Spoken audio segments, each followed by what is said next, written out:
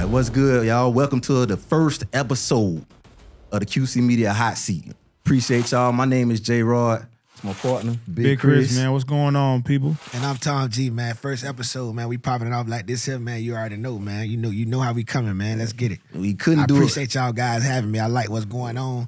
Beautiful situation, man. Let's get it. Man, you know, we ain't had no choice but to do it with you. We been holding off. We been waiting. We was like, hold up. We not finna do no interview until we get Tom. Yeah, if we're going to do our first episode, it had to be with Tom G. So, you know what I'm saying? We here now. Let's get it. My pleasure, man. My pleasure. Yes, sir. So the first order of business is, let me go ahead and tuck this in right here. You know what I'm saying? I didn't know we were wearing our rapper chains today, so you know what I mean. I can't like today, man.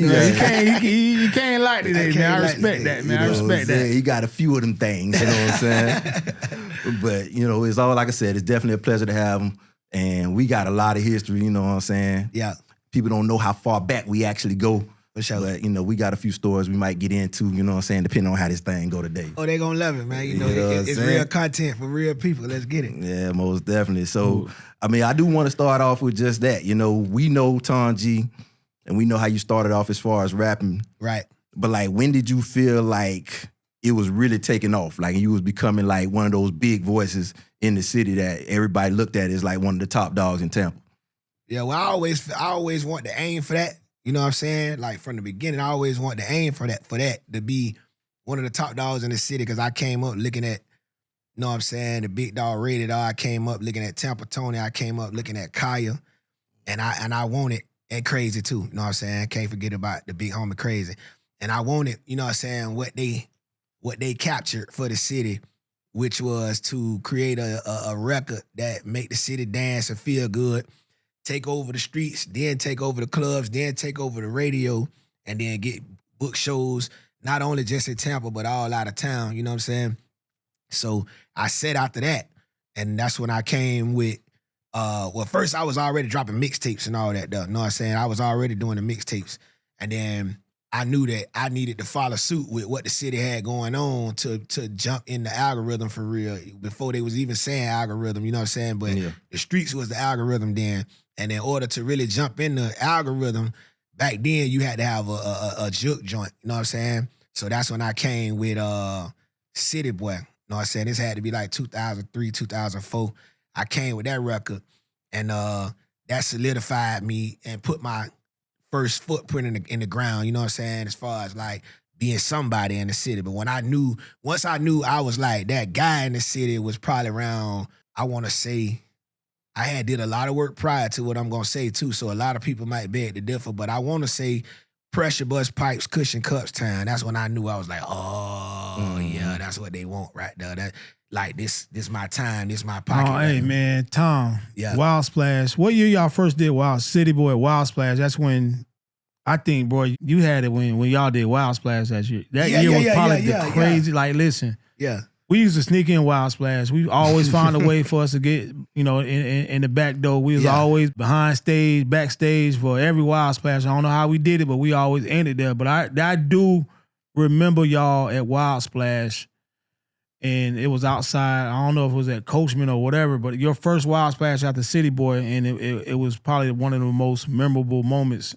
in Tampa for me because that shit was live. Yeah, I ain't gonna lie. You talking about the time when I had the Chucky shirt. Chucky, y'all had Chucky shit on. You was dancing, teasing, was dancing. Man, listen. Man, that was wild. That shit was live, bro. Y'all put a whole, like, real talk, y'all put a whole show on. Yeah. And I ain't really see a local person do it like that. Yeah. And I ain't gonna lie, that probably was one of your better performances. Yeah. I done seen you perform everywhere. Yeah. But y'all really put, you know what I'm saying, a production on when y'all did that. What was some of the things you was thinking when you got booked for Wild Splash and how y'all was gonna come out and actually do that show? Well, for one, that's back when, you know what I'm saying, like, that was a dream come true for any artist to touch that stage. Yeah. Because back then, that's when they was Wild 98.7. Yeah. And man, if you touch that stage, you doing your thing in the city, in the whole Tri-County area, the whole Quadruple County area. If you touch that stage, if your record big enough for Orlando them to let you get on that stage, dog, you doing your thing. So y'all boys had routines and every boy, listen, that shit was that's probably why up. you say, well, that's probably one of your hardest performances because we practice like y'all niggas was dancing and you had dancers 2 weeks straight. and you bet not miss one. All the bike up now, so you miss one, you're fired. Yeah. Boy, yeah, we put that together and we real deal hung out. We real deal came in there with that Tampa flavor, bruh. And that's back when everybody from Tampa was getting the airbrush shirts. So we came with that flavor with the dope boy Pumas. And man, we had all the girls on the stage, man.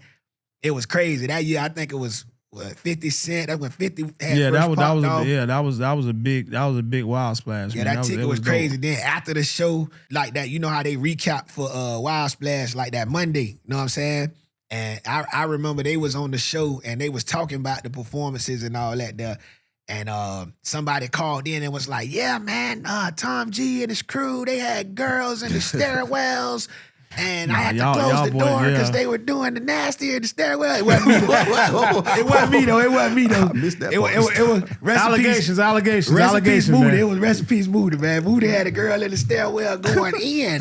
Dude come in the stairwell trying to get to his flow. He had to slam the door. He called the radio station and told the people the story. They say, man, that was Moody, man. Moody and going in with the girl in the stairwell.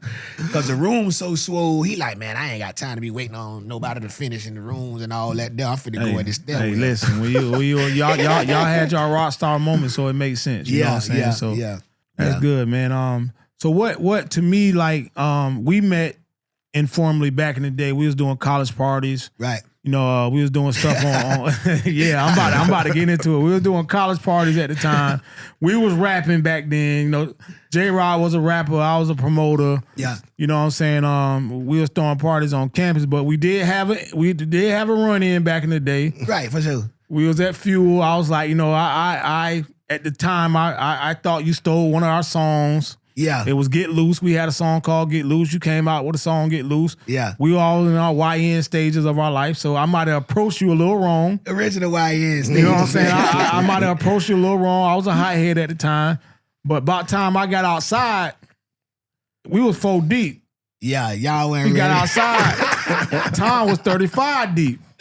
So it's like, what do you remember? What happened that night, Tom? Why you was about to jump us, bro? Tell us what happened that night. You know why? You know the reason why I think I got so mad about it. It was really cause I was like, what they talking about? And then I think it was cause of how you said it. I'm like, first off, who this nigga talking to?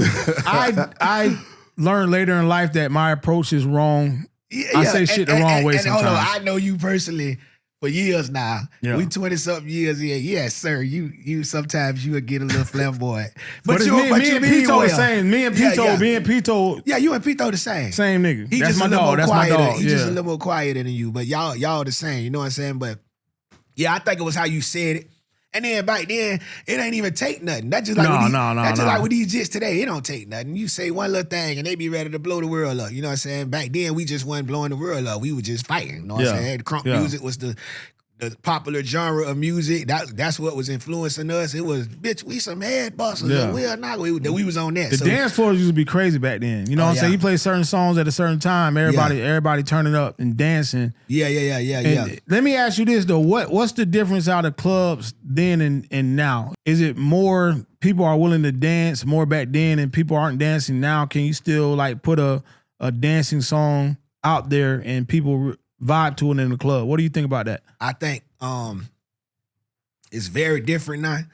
To me, if you have a dance song now, you gotta kind of do the organic work like how you used to have to do back in the day. You can't just go straight to the club with it and think it's gonna work. You know what I'm saying?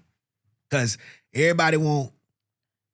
Actually, I'm tripping. Not even the streets. You got to go to the internet. You got to go TikTok. You got to make it. Yeah, you got to go to TikTok. You got to make a TikTok dance before you can really. Yeah, you got to go to TikTok and get it trending and all that there. Because like the club now, from what I done seen, you know what I'm saying, and I don't really go out unless I'm getting booked or unless I'm supporting somebody who got something going on or whatever. So I ain't out all the time no more. You know what I'm saying? Especially in the club. You know what I'm saying? I've been a lot of corners and, you know, people don't know I'm out, but I be out. But I don't be in the public eye all the time. So from what I see, when I'm in there though, it's more like, especially around the younger crowd, it's a lot of like, they'll be dead for one, like it'll be dead. And then like the next 5 minutes, the DJ plays something that's trending on the internet or something, and then they like acting like they having the best time of their life, and then they'll go back down and be dead again. So I'm like, I don't get this. Cause we used to sweat our clothes. Yeah, no, you be, listen, The difference now is like girls dance on girls. Right. Dudes don't dance with girls in the club. I ain't seen a man dance with a female in the club in 10 years. We used to hold each other up. You was dancing on a girl. We used to hold each other up. Kickstand. And dance on girl. Like, dudes don't do that no more. Like, I haven't seen a dude dance with a girl in the club in a long time. You can't. Is that the music? Do you think it's the music? I just think it's the world. Like right now, dude ain't even really got to get a girl number. All you got to do is holler at her on Instagram. Yeah, it's like everything is a shortened version of what we had to go through back in the days. You know Getting what I'm a girl, like, so going out was, you had to get a number. You had to get a number. You know what I'm saying? If you ain't get 3 or 5 numbers, you was a failure that night. Nigga used to walk out the club like this. Yeah, I got a notepad, a pen, a paper. Yeah. I got numbers. You know what I'm saying? And to me, it's like, all right, back in the day, it's like, if I approach 10 and get 3, I'm batting 300. For sure. In baseball, that's an all-star. If I'm batting, you bat 300 in baseball, you're an all-star. So if I got 3 out of 10, now one of them might come through, none of them, but shit, I got 3 numbers. So now all they got to do is put the little eyes in the DM, and then if she respond, bam, there it go. You know what I'm saying? So that's just like the confidence level and the being what's the word I'm looking for? Like just basically like stepping down on a female how you had to back in the day. That don't exist. So they don't even got it no more. That's why these chicks like older dudes now. That's why they like older dudes, because these boys ain't got no kind of game at all. Yeah, I ain't gonna lie though. Now you get you some real ones like the real hood niggas from out of Tampa. They baby, check it out. They gonna they gonna say something. You know what I'm saying? But for the average guy who not really talkative like that and he ain't really finna, he gonna just shoot the DM and see. You know, that's the way he's shooting his shot. But them hood niggas, they still alive and they gonna, baby, check it out. No, I know a couple of them they ain't even worried about that ground. They gonna put it down. They gonna definitely, you know what I'm saying, holler at these chicks. But well, I mean, but that was like, you said something that we thought at the same time about the music. Right. And how you had to like kind of make a song for the city to get in there. It's crazy that you said that, because that's how we was thinking when we was making our music, like, because we came from a different background. Like, our music was like straight crunk shit. Right. You know what I'm saying? Orlando. You know what I'm saying? We wasn't really on no dance until we got here and we saw it. It was a culture shock for me, because Orlando is all turn up crunk. When I got here, I was like, man, these dudes got Timberlands on and they dancing. Yeah. They in a group. They in a group of dudes and they dancing. They holding each other up. They hitting the ground like that. Like in Orlando, it's like, hey, we. You know, at 2 o'clock, it's 2 o'clock ride, and somebody about to get punched in their shit. That's how the clubs went. And this nigga used to be the main one in the middle of the crowd. It was Mosh Pit City. 99, 2000, 2001. Orlando was like this mosh pit. That's crazy. 2 I o'clock. thought Orlando might have been similar to us, but then again, when you pay attention like closely to the coaches, Orlando is a little slight different. Yeah, Orlando is closer to St. Pete probably than to Tampa. So it's like when I got here, I was young in college. I'm like, man, these dudes in here wilding, man. They I was doing the Sanchez and all that. Still pop off though. Yeah. Don't get it twisted. You know what I'm saying? I never thought the city was soft at all. It's the culture. Yeah. You know what I'm saying? And thinking about the culture, let me ask you something. I felt like Tampa went backwards during the Trigger City days, bro, in Juke City. Bro. Where was your mind frame at when they decided that Tampa was too good to dance and try to? I felt like they erased the culture of the city. Oh my God. And set the city back years. That's how I feel. As an outsider looking in, bro, Tampa culture was good. You know how many people be rich around this motherfucker right now, rap music. You know how many artists would be further through the door off rap music if Tampa would have stuck to the culture. It's okay to say, yeah, we got the gangsters. You know what I'm saying? It's okay to say everybody don't dance. That's cool. Bring out the trigger. See, I was kind of like caught up in the middle of it. I was caught in the middle of it because I was coming with the mixtape songs and niggas knew I could rap. Plus the environment that I'm around all dope boys and niggas who really getting it out the trap and shit like that. I just so happen to be smart enough to come with the song that get me the faster attention than a dope boy song would get you in this market at the time. And we was in Atlanta, I probably would have just came with the dope boy music because I'm around it. I'm around it, I'm living it. You know what I'm saying? When you come out my grandma door, this all I'm seeing. Niggas in white tees chasing cars. You know what I'm saying? But I'm seeing what gets you in the algorithm faster in this city. I'm seeing the platform that's built for you in this city, and it's already made for you. You got Rated R, you got Tampa Tony, you got Kaya, you got Uwe Jive, you got all these, you got Crazy. And I don't want to keep forgetting Crazy, like, because Crazy is one of the top ones. Yeah, Crazy, yes, sir, that's big. 100%, You know what I'm saying? yeah. I'm just saying, like, I'm giving you an order. Like, actually, Crazy was the first one I jumped on, you know what I'm saying? Because when he came with Hate My Baby Daddy and Roll 'em and all that, I was in high school then, you know what I'm saying? So you got all these people that's setting these platforms for us, bro. And then behind them, you got us coming up. You got the Tom G's, the Lil Keys, the QCs. You got everybody, bro. The young fellas. I could keep naming. I don't even want to forget nobody. Military. Our era I ain't gonna lie, our era was probably one of the best musical eras. I'm trying to tell you, dog. That's city, when it bro. really felt like Tampa. And it's okay to say, yeah, man, but everybody ain't on that booty shaking shit. Like, okay, that's cool. So let's create the Juke City genre and the Trigger City genre.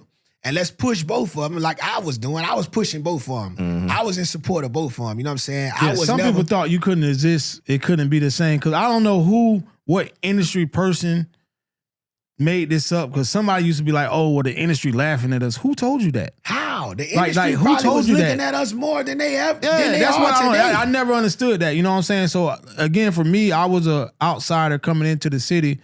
And when shit started shaking us, then, you know, we got movement, we got going, we got the city jumping. Then it went to, oh, well, we don't do this no more. Ain't no booty shaking shit. Niggas laughing at us. I'm like, what nigga told y'all the industry was laughing at us? Because every other city repeated everything we did. I still pussy popping with it. I'm still coming with them things. Yeah. And that was a song. That was listen. Some of your mixtape shit over other beats was some of my favorite shit from you. That's just like take Tay-Bay, for example. Tay-Bay is a gangster, but Tay-Bay came with that. Tay-Bay came with gangster music, gangster words, gangster style on a track that the females could get on top of cars and shake their ass to. And that is Tampa. When Tay dropped, again, we was in Blue Martini and C Nash used to play the song of Blue Martini. I'm like, man, what the fuck is this? Like, well, who is this? Because again, it gave you that gangster feel, but every female in the club was shaking their ass. That's what I'm talking about. You know what I'm saying? I was like, nigga, whoever this is, I don't know who this is. Who is this? But records like that. And it picked up every week. No, but that's the thing. When people talk about Juke City, sometimes they kind of get it mixed up because they don't even understand what the lyrics was.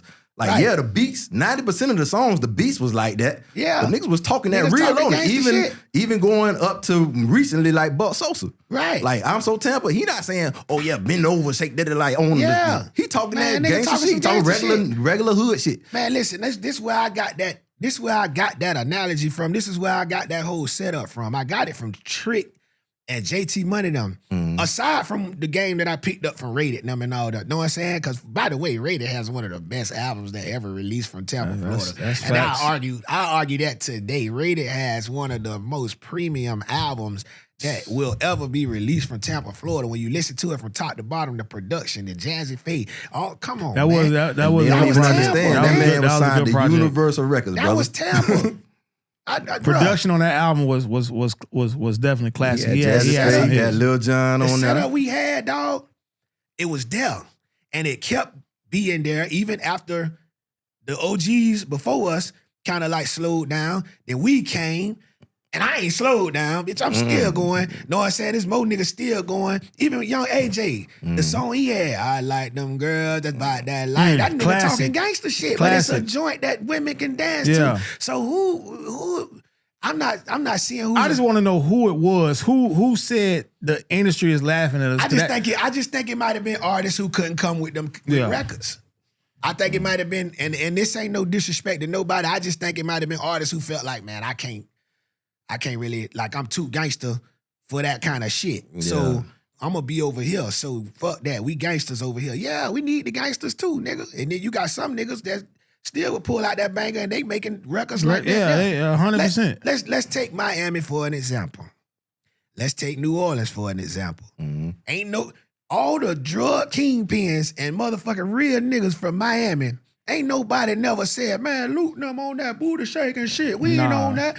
JT them on that motherfucking booty shaking shit, nigga. Even though JT got a lot of gangster records, nigga, the shake what your mama gave you and all that is what that's shake classic, his platform. 100%. Trick them and all that, man. These niggas had records, and that's the shit that these girls used to be. The girls used to be dancing to in the pack jams down there in Miami that made Miami what Miami is today. And ain't no real nigga saying, man, JT them on that booty shaking shit. Man, them niggas were pushing that shit. That's how them boys got up through there. That's how Miami became Miami what it is today. Right. You know what I'm saying? And we just some kind of way, the wrong powers that be, influenced the shit to where niggas felt like, yeah, nah, you know what I'm saying? We ain't gonna keep doing that. We gonna just, you know what I'm saying? Nah, nigga, we gonna do the Juke City shit and the Trigger City shit. We gonna keep pushing each other and evolving with each other. That's what we should have did, nigga. But that's what fucked up the culture that we had. You know what I'm saying? And now everybody's scrambling trying to find a sound. Now, but I think a lot of people shit coming back though. Yeah, I think the crazy part in that whole mix up is like we had something special, and I feel like other cities grabbed what we had going. St. Pete went to doing it and ran with it. Yes. Oh man, come on. We don't even want to talk about the sound that is like. No, we do want to talk about it. I'm saying no disrespect, but like. What you think, to me, if you ask me, you know what I'm saying, I would say a little influence on even like producers like the DJ Mustards and all that. You never know 100%. what records they heard that they was like, oh, this a vibe, nigga. You know what I'm saying? Because some of them records that he coming with ain't just LA sound. Some of them bitches just like what you gotta understand, like a lot of what we were doing in Tampa hit college campuses. Right. You go to Tallahassee, it's somebody from every state and that's in Tallahassee. Yeah. You know what I'm saying? So it's 30, 40, 50, 1,000 people that's from California. You know what I'm saying? They go back home and they playing Tom like G. Right. Like one of my biggest surprises is hearing how far like It's My Dog Birthday went. You know what I'm saying? Because again, we started the rap thing. He was a rapper. I was, that was something I used to say in the club. Yeah. Then, really you was like, shit, make a song. I'm gonna make a song. Somebody said they was gonna make a song. I was like, shit, I'll do it myself. Yeah. You know what I'm saying? So again, like that song spread. So I know what your impact spread over everywhere. You know what I'm saying? Because a Tampa kid went to Tallahassee and said this, went to Bethune. Yeah. Went, this is what we play. And like on college campuses, people played what they used to hearing at home. Yeah. So it was easy for, your music to spread if, a kid is playing your music somewhere else, so it's no telling who the music touched. Ain't no telling who got that shit, who got wind of that shit. It was like, hold on. Yeah. That's a vibe. Let me go try some shit like that. You know what I'm saying? 100%. Nah, ain't no telling. It definitely went to Cali because I used to see like club videos over there and they was playing Kaya, you know what I'm saying, heavy. Yeah. You know what I'm saying? They was playing and then they would mix in their stuff. And, we see Sweetie ended up remaking her biggest song to this day is a Kaya remake. Come you know on, what I'm bro. saying? Like, man, that sound, bro. That sound, nigga. That platform that we had built for us and set up for us, dog, niggas fucked it up. We fumbled. But here's the thing, though. Because now, I don't know if you see it on TikTok, but a lot of coming back. A lot of the kids, they gravitating towards the music that was made in that era in Tampa. Yeah. Like, it's Tampa music going viral on TikTok right now. Right. So they want it. They starting to see it. And you starting to see a little bit more pride in Tampa. Like with the people. Right. Like some of the young kids, they like, hold up, yeah, we from Tampa. You know what I'm saying? Yeah, this Tampa shit. You know what I'm saying? So this generation, it's almost like it skipped the last generation. It did. It did. But this generation, they starting to say, hold up now. Hold on, bitch. This Tampa? Like, y'all like this Tampa? This shit from Tampa? Tampa? Y'all in Miami, but y'all like this Tampa? Oh, hold up. Okay, let me learn how to do this dance. So they on TikTok, they trying to bring it back. I'm all for it. You know what I'm saying? I'm all so we for might need a Tom G record. You know what I'm saying? Yeah, for sure. I know you like to wait till the summer, but we might have to get it popping in the spring. You know what I'm saying? We might need a spring break. I'm gonna get it popping right now. So by spring, that bitch already rolling. Say less, because we might need that, because you the leader when it come down to it. Yeah. I look at you and I look at Tay-Bay. Yeah. And I say, y'all the two brothers that gotta, push these things in the right direction. For sure. I be hearing him up like we be in each other. Yeah, like, hey boy, what's up? Where that shit at? So man? all right, right here, can we get a classic from you and Tay-Bay? Yeah. Who do we need to produce? So if I say, all right, cool, Lil Key need to produce a Tampa hit Lil Key. I mean, it could be Bolo, it could be whoever gonna come with that heat. I need a Tampa anthem this summer. Can that happen? Yeah, let's do that. One thing about me and Lil Key, when we get in there, boy, and he go to playing around with them drums and shit. Speaking of that, we got a project on the way too. Me and Lil Key gonna put a project together. We supposed to already started working on it and shit. But so I'm gonna be the asshole and make sure I'll push it forward. Yeah, I'll get on both of y'all nerves, and y'all know I can do it. Yeah, for sure. I'm gonna get online and be like, Key, Tom, what's going on? Have we got in the studio? Have we started something? And I'll be that dude, but I need something by the summer. Because once we get in there, that shit go like this. I'm talking about like Key go to playing with that shit, and man, by the time he go hit the right drums, my nigga, I say, man, nah, hold on, change this key, hold on, let's do this, hold on, and then bitch, it's up. And by the time the beat go to rolling, he know what it is. He got a certain smile on his face when he knows. Oh yeah, 100%. I done been in the studio with Key when we did It's My Dog Birthday. Yeah. It's like, again, I was just a promoter at the time. Yeah. So I don't think the initial recording was took serious by anybody.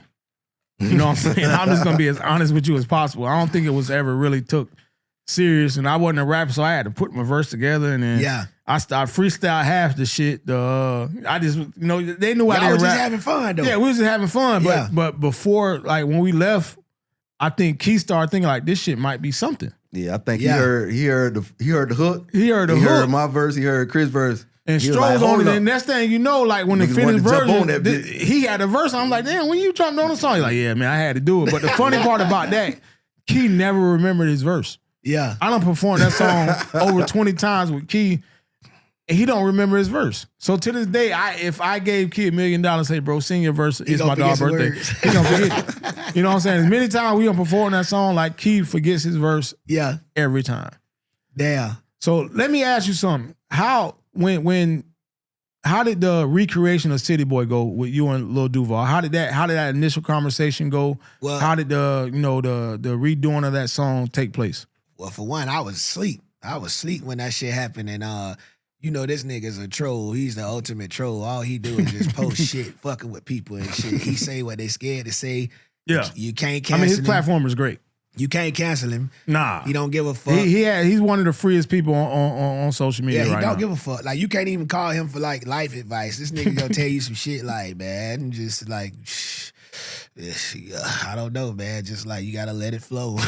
Like, he gonna hit his blood. That nigga just gonna tell you some free shit. But, like, what happened with that was I was asleep. And I guess he was trolling the little gay dudes that was saying they was the City Boys because they was kind of like being fans of Carisha, know what I'm saying, and JT with the City Girl shit, you know what I'm saying? So I guess he was like, oh, them niggas ain't the City Boys, you know what I'm saying? I'm gonna show y'all the real City Boys. And then he pulled up my old video. And he was like, nigga, when you say City Boys, you gotta say this right here. So then he was like, matter of fact, in his caption, he was like, matter of fact, tell Tom, get at me. Let's I remember that. Let's redo it for the culture.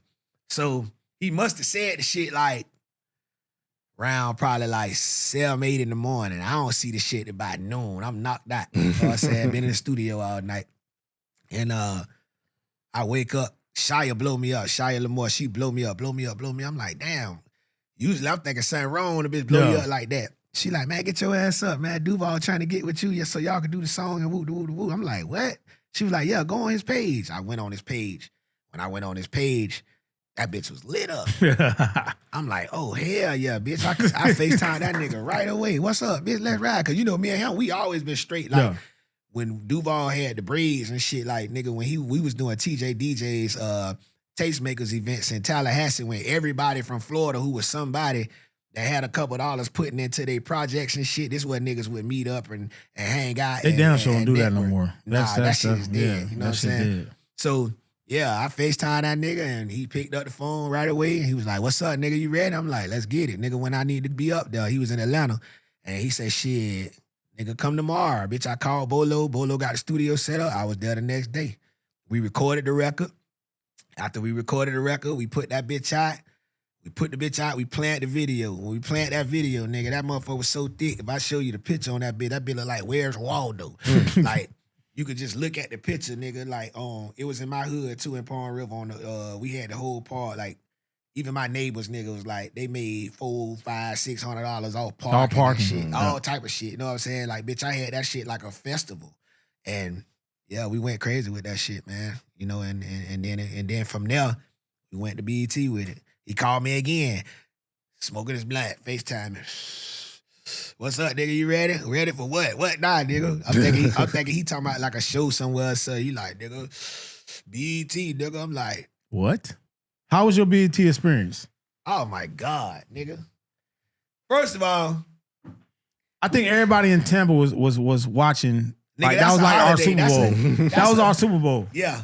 I ain't gonna lie, nigga. That shit, my experience was like crazy, dog. Like I'm backstage talking to big Lil John and them. I'm talking to Lil John. Lil John stepping to me about records he wanna work with me on with some of his female artists. I'm like, man, I can't believe this shit. I'm back here talking. I'm high-fiving, you know what I'm saying, with the nigga Lil Baby, because I had already met him backstage at one of the Wild Splashes and shit. So he see me, I salute the nigga, dap the nigga, keep going, because the people was dressing him for his performance and shit. Man, I seen some of everybody back there, but we had the bitch swinging so hard, because you know how we do. Yeah. From Florida. We different type of niggas. So we had our backstage. Everybody was in Duval room. We had Johnny Dang in that bitch, hitting the blunt. We drinking champagne in that bitch. We playing Slick Vic and motherfucking, we playing Jam Pony. Nigga, we in that bitch. Let her ride. Yeah. Real Florida shit. Yeah, bitch. I'm talking about niggas getting dressed. What the blood at? Niggas hitting champagne. Niggas got liquor in this bitch. We got the comedians in that bitch, man. Listen, man, this shit going down. Johnny Dang in that bitch learning how to do the Cityboy, busted them in there, showing them how to do it. Our shit was a real party. No. It was a real party. Then when we hit the stage, you seen that. That was like a fucking block party on the stage. Y'all definitely did that. We just did Florida, dog. It was like, and I ain't gonna lie, I felt like I supposed to be here. So I ain't feel... I had like butterflies here and there, but it was like, nah, nigga, this was supposed to be happening. So that I just took the moment and, you know what I'm saying, and just embraced it, bro. And like, nigga, we had fun. We had fucking fun from top to bottom, from the rehearsals.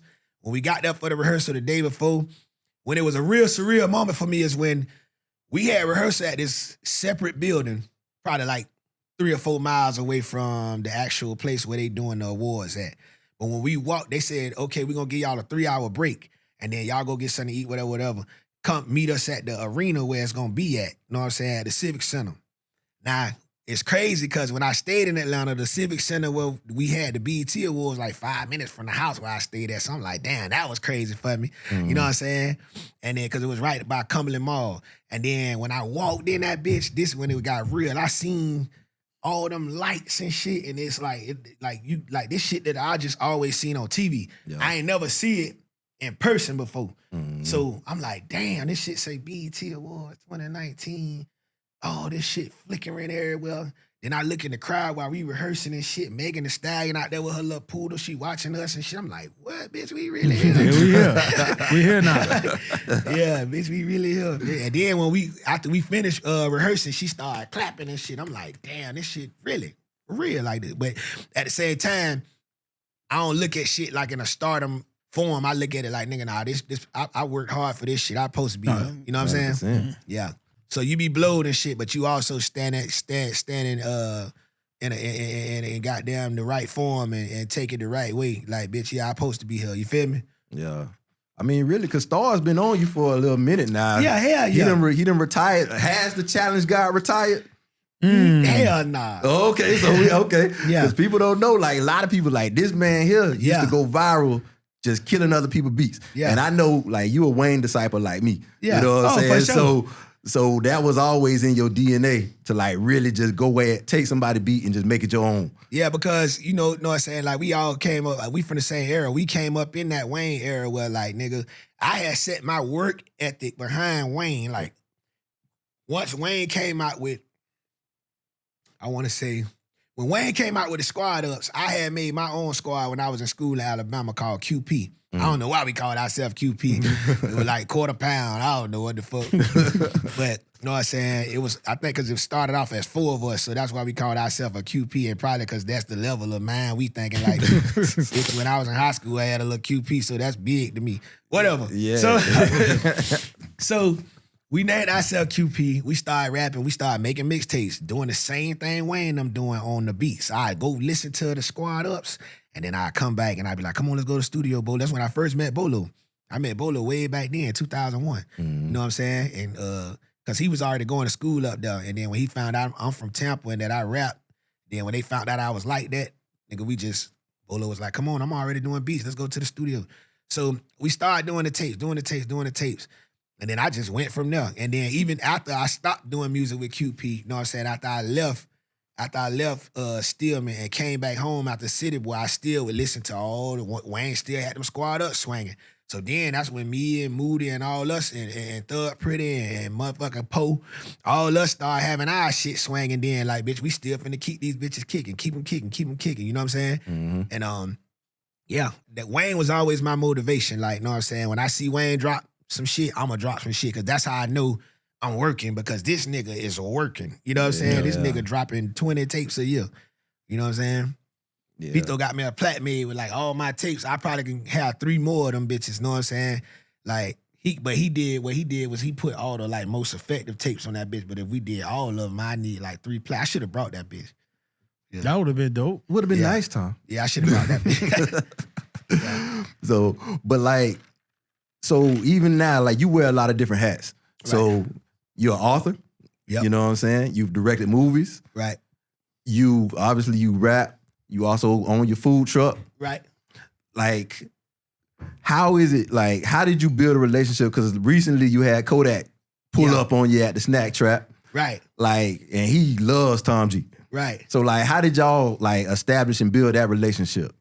Because I already knew Kodak still hot. Kodak still one of the hottest niggas in the game. You know what I'm saying? Mm-hmm. And he one of the realest young niggas in the game in Florida for sure. You know what I'm saying? I respect him on different type of levels and shit. You know what I mean? Yeah. And I respect the niggas around him. Shout out to Psycho. You know what I'm saying? I respect his camp, you know? I already knew, like, I took a liking to him, you know what I'm saying? Because I could relate to him and shit. And then when he went to prison, I kind of felt like it's big homie time. And that's why I be saying the big dog when I call myself the big dog and shit like that, because it's not about money. It's not about what you see me pull up in. You know what I'm saying? It's not about the status of material shit. It's about what you can share with young niggas that they could carry through life. You know what I'm saying? Mm-hmm. And I don't care how much money a young nigga got. Sometimes they still need some guidance from a nigga that's older than them. You know what I'm saying? That's a fact. So I reached out to him when he was in prison. I wrote him like 2-3 times. You know what I'm saying? And that's how we built our relationship. He wrote me back. I posted one of the letters he wrote me back online. You know what I'm saying? On Instagram and shit. Yeah. And that's how we built our relationship. So shit, I guess when he and then when he got out, I kept up with him, always DMing him. He DMing me and shit. You know what I'm saying? I'm running around with Psycho and shit, making sure, you know, his people while they in town and shit, they get the love they deserve and shit like that. So, yeah, we built that relationship, my nigga. You know what I'm saying? Yeah. So now it's automatic. You know what I'm saying? It's automatic. It's only a matter of time for the music come. Yeah. You know what I'm saying? So he pulled up to the truck because he been seeing me posting it. So one day he was like, and plus, you remember I was cooking for Psycho them and shit too. So I know he been seeing this shit. You see what I'm saying? I'm just planting seeds, you know what I'm saying? Mm-hmm. Know he been seeing this shit for years, for 2-3 years. And then one day he just hit me on the in the comments, because I think I had went under one of his videos and I put the fire. Like, nigga, keep doing your thing and shit. And he was like, yeah, I gotta come see about that Snapchat too. Mm-hmm. And when he said that, I was like, yes, sir, bet. Boom. So shit, fast forward like 2 months later, shit, dog really pull up. Yeah. Dog really pull up, you know what I'm saying? That wasn't no promo, that wasn't no Kodak, let me shoot you something to pull up to. That was just all organic. It was like a random day. He wasn't even in town for nothing else at the time. You know what I'm saying? He was in town because he was, you know, he was hanging out with his family and his kids and shit. I think they went to Busch Gardens and shit. So he probably was like, oh yeah. Because somebody called me and was like, he said it on live. It was like, they say I heard him say he finna come by Tom G food truck. I'm like, man, that man ain't say that shit because he ain't even in town. But then I got a call probably 5-6 hours later. Like, I'm like, oh, he is in town. You know what I'm saying? And yeah, dog pulled up for real. You know what I'm saying? Young nigga about everything he say about, man. Yeah. You know what I'm saying? He definitely a real one, man. Like, you know, people talk about Kodak in different ways, but it's like they don't really understand people sometimes. Man, like, sometimes shit is a method to the madness, man. Whatever. He looked like he's more in a different place, you know what I'm saying, the way he was showing the world a few months ago and shit like that. But whatever. Sometimes niggas go through shit. Ain't nobody perfect, my nigga. You know what I'm saying? Some niggas gamble, some niggas, whatever niggas do, man. Sometimes a nigga gotta figure it out. Yeah. You know what I'm saying? That's a fact. That's all. And that's something I respect about you though, is like what you going back to what you said, like with the music, like you build relationships with people. Right. And you don't necessarily, you know how a lot of people, as soon as they get to know somebody that's a celebrity rapper, first thing, dang, dog, we gotta get a song in. Yeah, we gotta get a track, we gotta do something. Yeah. You just build the relationships, and then, if it happened, it happened. You know what I'm saying? Yeah. I don't kick it like that, dog. I feel like it's the law of attraction like that too. Like, you know what I'm saying? When you don't approach somebody for what they expect you to approach them about, it's different for them. You know what I'm saying? So a lot of times, that's all. That I always been like that, even by girls and shit. Like, you know what I'm saying? I remember when I was young, girls used to like, all the niggas like this one girl. I would never say nothing to her. Yeah. That was the way to get her. And then she might, damn, what's up with you? Why you don't pay me no attention? It's a method to it. Yeah, you know what I'm saying? Everybody ain't, you got to play chess. You know what I'm saying? A lot of people don't. Yeah. A lot of people don't know how to play chess, but that's definitely the way to do it, because you stand out. You instantly stand out at that point, because it's like, hold up, he doing something different. Yeah, you got to. You got to do that, because once a person is at a level where, whether it's small or big, once a person is at a level where they being flattered and stuff like that, then they grow repetition in their mind for what people gonna approach them about. You know what I'm saying? That's just like anything, man. You know what I'm saying? The big dope boys in town, they gonna always expect a nigga to say, man, hey man, front a nigga something. And then that little nigga that's over there hustling ain't saying nothing to you. That's the nigga who you really wanna step to him and say, damn, dog, you don't wanna front you something. You know what I'm saying? Yeah. Because he might be stunting you. He might admire you from a distance, but he ain't showing it. You know what I'm saying? Nah, facts. And that's law of attraction. So, I mean, we gonna get into some of the other stuff, man. Like, recently, you've been trending, you know what I'm saying, on the net. Yeah, definitely. So, the first one we gonna talk about, because, we kind of broke it on QC Media when the Elzilla, the dude, right, he had a little situation with his daughter. For people that don't know, it was, he kind of popular on Instagram or doing content. Where, all right, so where did he come, like, where, because it's just like I looked on the net and all I seen is Big L. Like where did he come from? Has he been locked up for 20 years and he just popped up like where? I nigga do be in and out of jail and shit. But this the crazy part. I'm gonna tell you something. This funny.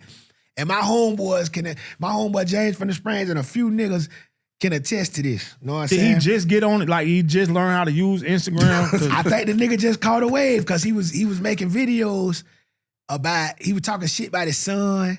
Fuck nigga, I fuck you up, nigga. You know what I'm saying? My son softer than the bitch, nigga. You I taught the nigga going out. So we watching the nigga videos every day. Yeah. Then what the nigga don't know what I'm saying? Then what niggas don't know.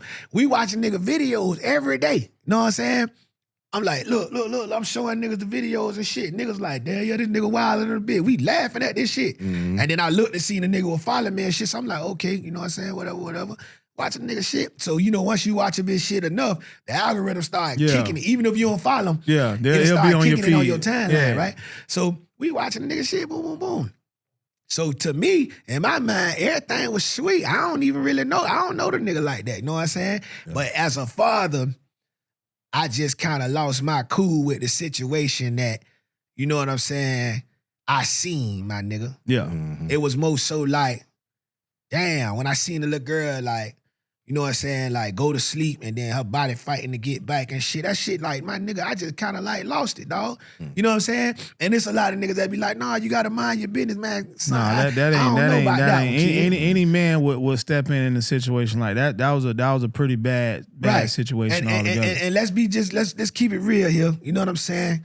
I'm more questionable. I'm looking for the right words, bitch, because fuck that. I'm questioning more the people who are looking to make what I said and the way I brought it an issue more than the actual action. Issue. Yeah. You know what I'm saying?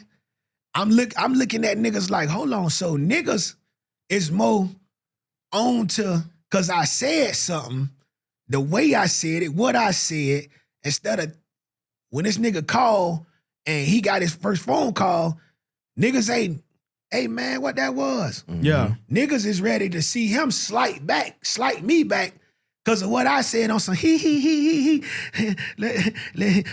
This goes back to the social media. Yeah, age. and I think that's one of the bigger problems because it's like I couldn't have a homeboy that did his daughter like that. We couldn't be friends. Our friendship would be done. I told Pito, I say when me and Pito had the conversation about this here, I say, nigga, if that was you, we'll be it done. wouldn't have been no, and I don't care what nigga said something to you. First of all, nigga, you gotta straighten me. We fighting. And then Pito was like, man, I wouldn't even answer the phone for you, nigga. Know what I'm saying? No, dead ass. That's not like if that was one of my homeboys, either we about to go. You gonna because if that's my homeboy, that's my niece. Right. So you put your hand on my niece. I don't give a fuck if she your daughter. How you did it was wrong. So I'm about to beat your ass. Right. You know what I'm saying? So that's how in my mind it would go. So I couldn't even defend my homeboy. It's like defending your homeboy that raped somebody. Yeah. You defending this nigga and you saw him rape somebody, but you coming to hit his defense. Yeah. I didn't quite understand that. You know what I'm saying? I didn't understand how people would honestly try to defend him. But this goes, I'm gonna tell you why.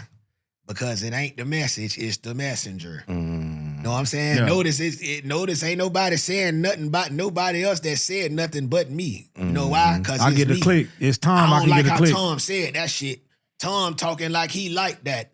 You niggas already want to look for a reason to be mad with me, to have a problem with me. So they will overshadow that fucking video to say, man, fuck Tom G. This nigga talking like what? Wow. That shows me. No, it was definitely shocking. That shows me where we at as a people, my nigga. I don't give a fuck who try to justify it. Nigga, that right there, that show me how low we is, dog, due to social media and clout chasing, my nigga. Yeah. A nigga or rather. What you got to say, dog? What? Yeah. And then niggas, oh, Tom, man, you should have, man. Nigga, just say you would have been scared to say something. Nigga, don't put that on me. I'm talking from a father standpoint. 100%. Just say you would have been scared to say something. Nigga, I'm not. And I ain't saying I'm going looking for no niggas or nothing, but I'm just saying, nigga, if you come looking for me behind what I said, then it is what it is. But I don't want no smoke. But that's how I came as a father. Yeah. That's how I felt. You know what I'm saying? Yeah, and that's honestly how any man should feel. Yeah, you know what I'm saying? So it's really, but that's the thing, and that's why like when we do the social media stuff, like I didn't post like the phone call, like when he did that. Yeah, because I was like, first of all, I don't want to give this man no airtime. I don't think you should give anybody no clout that do man, if that was something one of like my that. homeboys, you know nigga, I'd have been like, nigga, when you get out, pull up. Fuck what Tom said. We finna, you got to get it. Yeah, 100%. Yeah, but because it's Tom, we gonna disregard this because this fuck nigga said it. And I don't like this. I already ain't like this fuck nigga. I already been want to smoke with this nigga for any kind of reason. And he just made me mad how he said that. Wasn't even talking to me. He talking to a whole nother nigga that did his shit like that. But he wasn't even talking to me. But fuck this nigga because I don't like how he said it. And I don't like that he felt like he could talk to a nigga like that. Yeah. Cause who the fuck he is, nigga? No, that's so I'm gonna excuse what the nigga did. That's what it is. Like, they be having undercover pressure with this man. I be seeing it. I see everything on the net.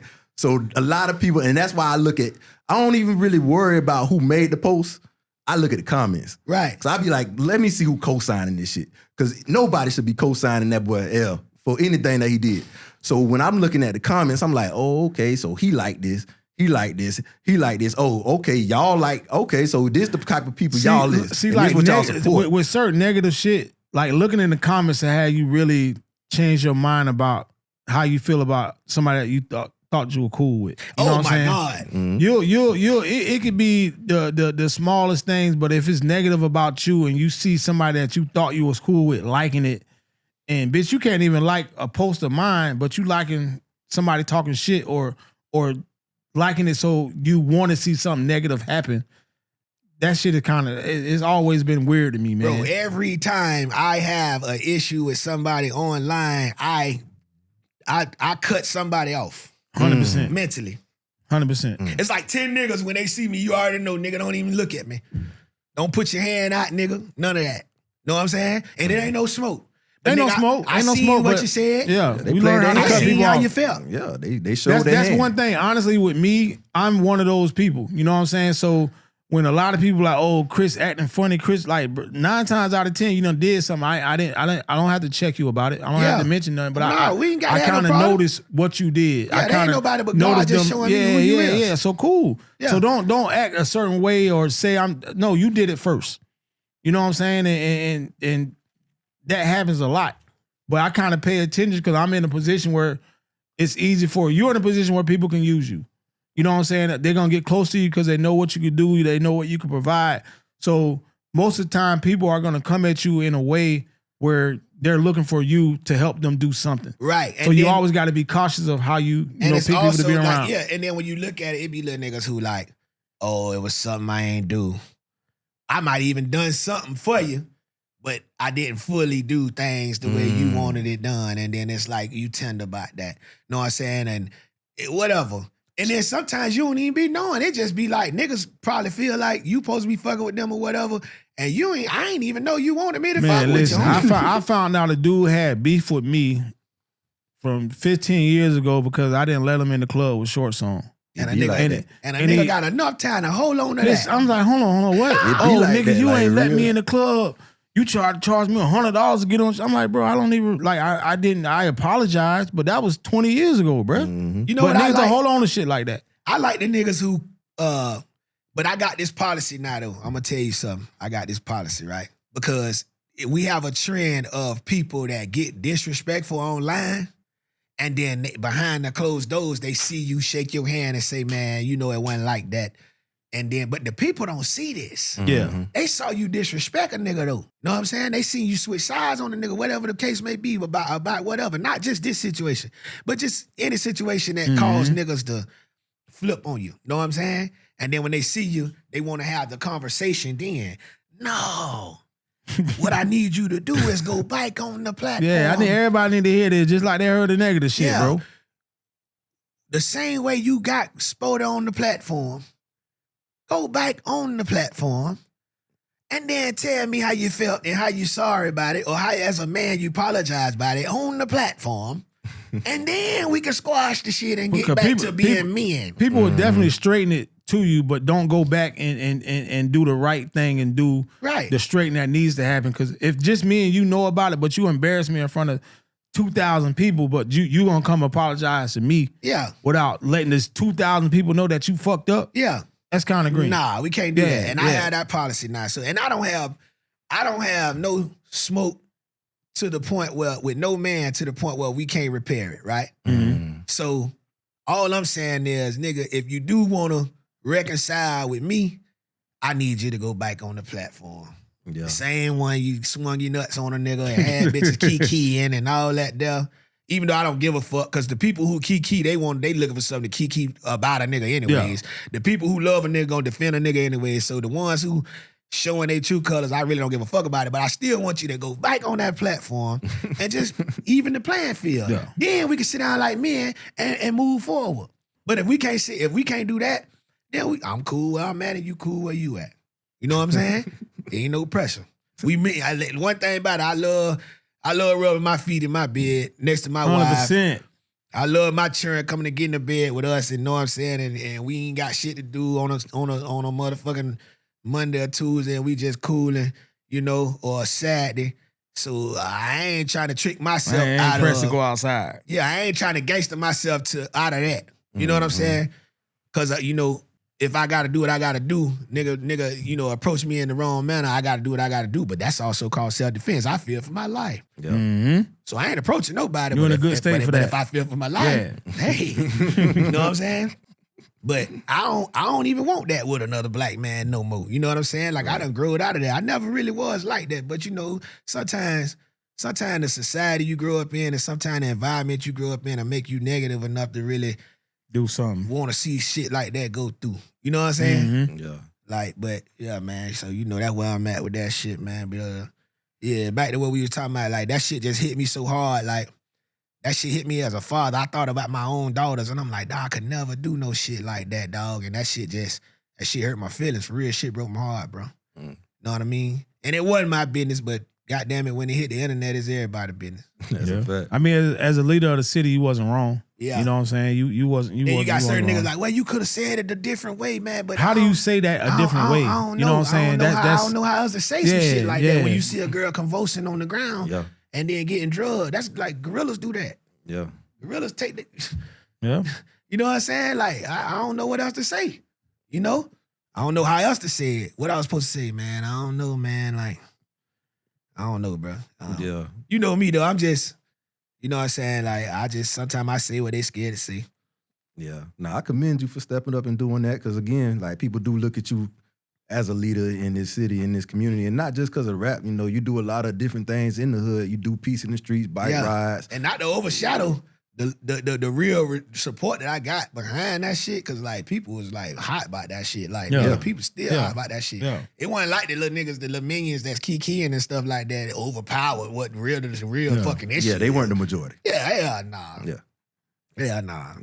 But it's always like that. You know, you going to get that loud 10%. You know what I mean? That's what I call it. Right. You know, so they going to make you going to see it. It's going to stick out. Right. But through it all, of course, like the most of the people in this city and everybody that's seen that video feel the same way you do.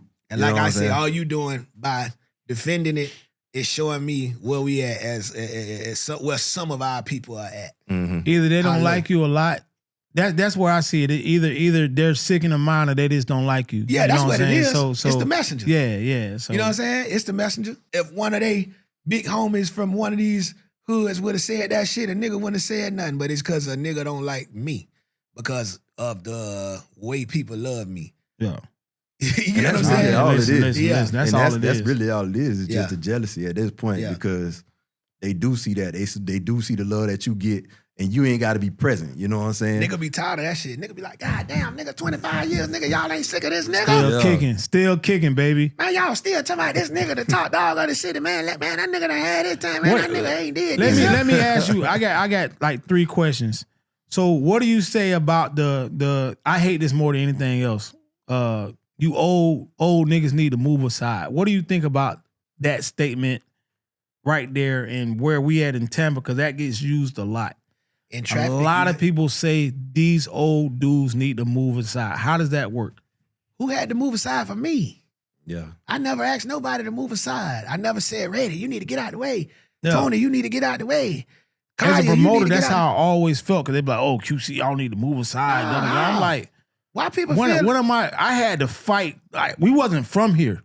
So we had to fight. So you had a bigger fight. Man, listen, that's what we had to do to get established. So I'm just supposed to every young dude that was ever under me is a big dog in the city now. Every last one of my young dudes, KJ, Scooty, all them are big dogs in the city because they learned from you a big dog. A lot of niggas. I didn't have to move aside. Nigga, go carve your shit. It's time for you to lead the next. Go carve your shit. And both of them did phenomenal. Like KJ is like that dude. Right now, he got his own little lane doing his thing, but that's how it's supposed to go. Other than me saying, "Let me move to the side and it's all yours." No, bro, you got to fight. In the NFL, you don't just get. You got to earn that shit. You know what I'm saying? So I feel like any young dude should be. Hey, now your what they say? Your rivals are your idols. Your idols are your rivals. Yeah. Bro, let's get in. Let's battle, bro. I'm cool with that. I done seen you do that plenty of times with the young niggas. Know what I'm saying? I done it plenty of times. Like, my thing is, I never felt like I needed nobody to get out of my way for me to become Tom G that I am today. I've never felt like that. I've never said, man, them niggas need to stop rapping. Man, I ain't worried about these niggas. I'm in my own lane. I like me that much. I like me that much. I'm finna create my own lane. If they got traffic clogged up or whatever, however you may feel, nigga, you could just trailblaze your own lane. Yeah, 100%. It's niggas doing that shit every day. What's the nigga name from the West Coast who's selling $11,000 albums? The Russell. Yeah. What's called? This brought $11,000 albums. Who in his way? Who is he complaining, saying such and such in my way? Man, this man selling $11,000 albums. Yeah. Ain't nobody in his way. You niggas just want something to complain about because you don't want to do the steps. You don't want to do the work. Yeah, and they're not making no progress. Yeah. Because it really ain't got nothing to do with you. You could retire tomorrow. Yeah. And it ain't going to change what they got going on. But that's that Willie Lynch shit, man. That black people, we so fucked up. You don't hear white people saying that shit. You don't hear no other race saying that. Black people, dog, them people did a number on us, man. No, real talk. I was just talking to my homeboy about the same, like the Africa thing, seeing I Show Speed In Africa, it's like, bro, we was planted that thinking that Africa was just this jungle and everything is hunt. You got to hunt lions and chase goddamn antelopes, or whatever the hell them things called. That's how our brain was triggered. Right. And we're worse on each other now by shit like that. Because of social media too. Like, man, bro, I believe depression, I believe struggle, every aspect of life is worse right now because everybody's just seeing what people want them to see. And also everybody is seeing bullshit. You got motherfuckers running their mouth that ain't nobody. And then now the algorithm has it where it used to be a time where niggas used to be talking shit about me or somebody that has stature or something like that. And it wouldn't even hit the airwaves like that. Now, everybody is on the social media platform now, so all it takes is for one person to send it to the group chat, and then now this nobody person is going viral for talking shit about somebody who done put in work. So it's like we living in an unfair time right now to people who have put in the mileage. Yeah, you get what I'm saying?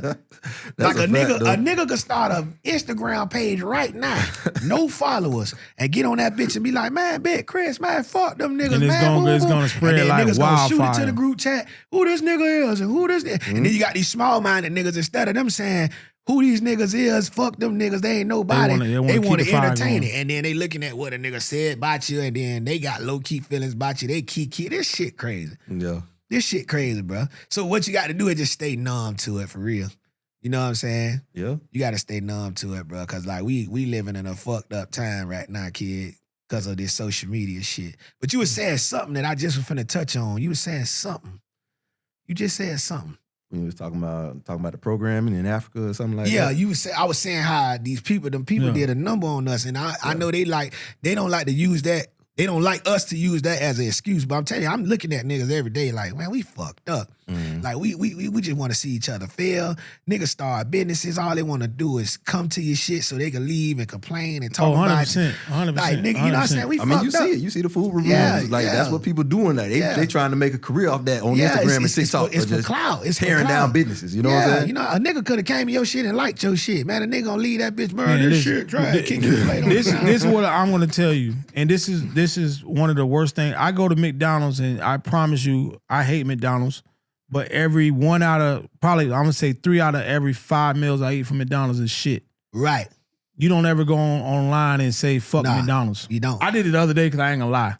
I was like, nigga, if I felt like, I said, if I felt like turning around, I would go and cussing people out at McDonald's. Yeah. But that was the first time I ever did that. And I'm like, damn, like, if somebody got some bad shit from my truck, that bitch hitting the gram that day. 30 seconds. You know what I'm saying? But you can get a shitty meal from anywhere else and it's not gonna matter. But people gonna feel like if I got some nasty wings from Tom, if I put it out on the net, it's gonna go viral. I got to publicize this. Even if I didn't think they was nasty and I just wanna say, the devil on my shoulder today. Yeah. Why not? Yeah, fuck that shit. Yeah. I'm finna say, what I'm gonna get more out of it? Saying this food good or the food is trash? Right. Yeah, I'm gonna get more out of it saying it's trash. Let's run it. Yeah, 100%. Yeah, 100%. Yeah. So and by the way, we've been having great reviews lately, but I've been through that too. You know what I'm saying? Like with people, you know what I'm saying? Like just going the other way with it. And I'm such a real nigga in the community, my nigga. All you had to do was call me. That's it. If you felt like you wasn't fucking with that's it. That's one thing I say. I say if my food trash, I'm gonna give you money back. Bring me that plate back, and I'm gonna give you money back, and I ain't gonna even question it. Man, listen, I'm so good in the hood, dog. Man, you know how many bitches, dog, just call me when they got real issues that they want to talk about, whether it's whatever the business was.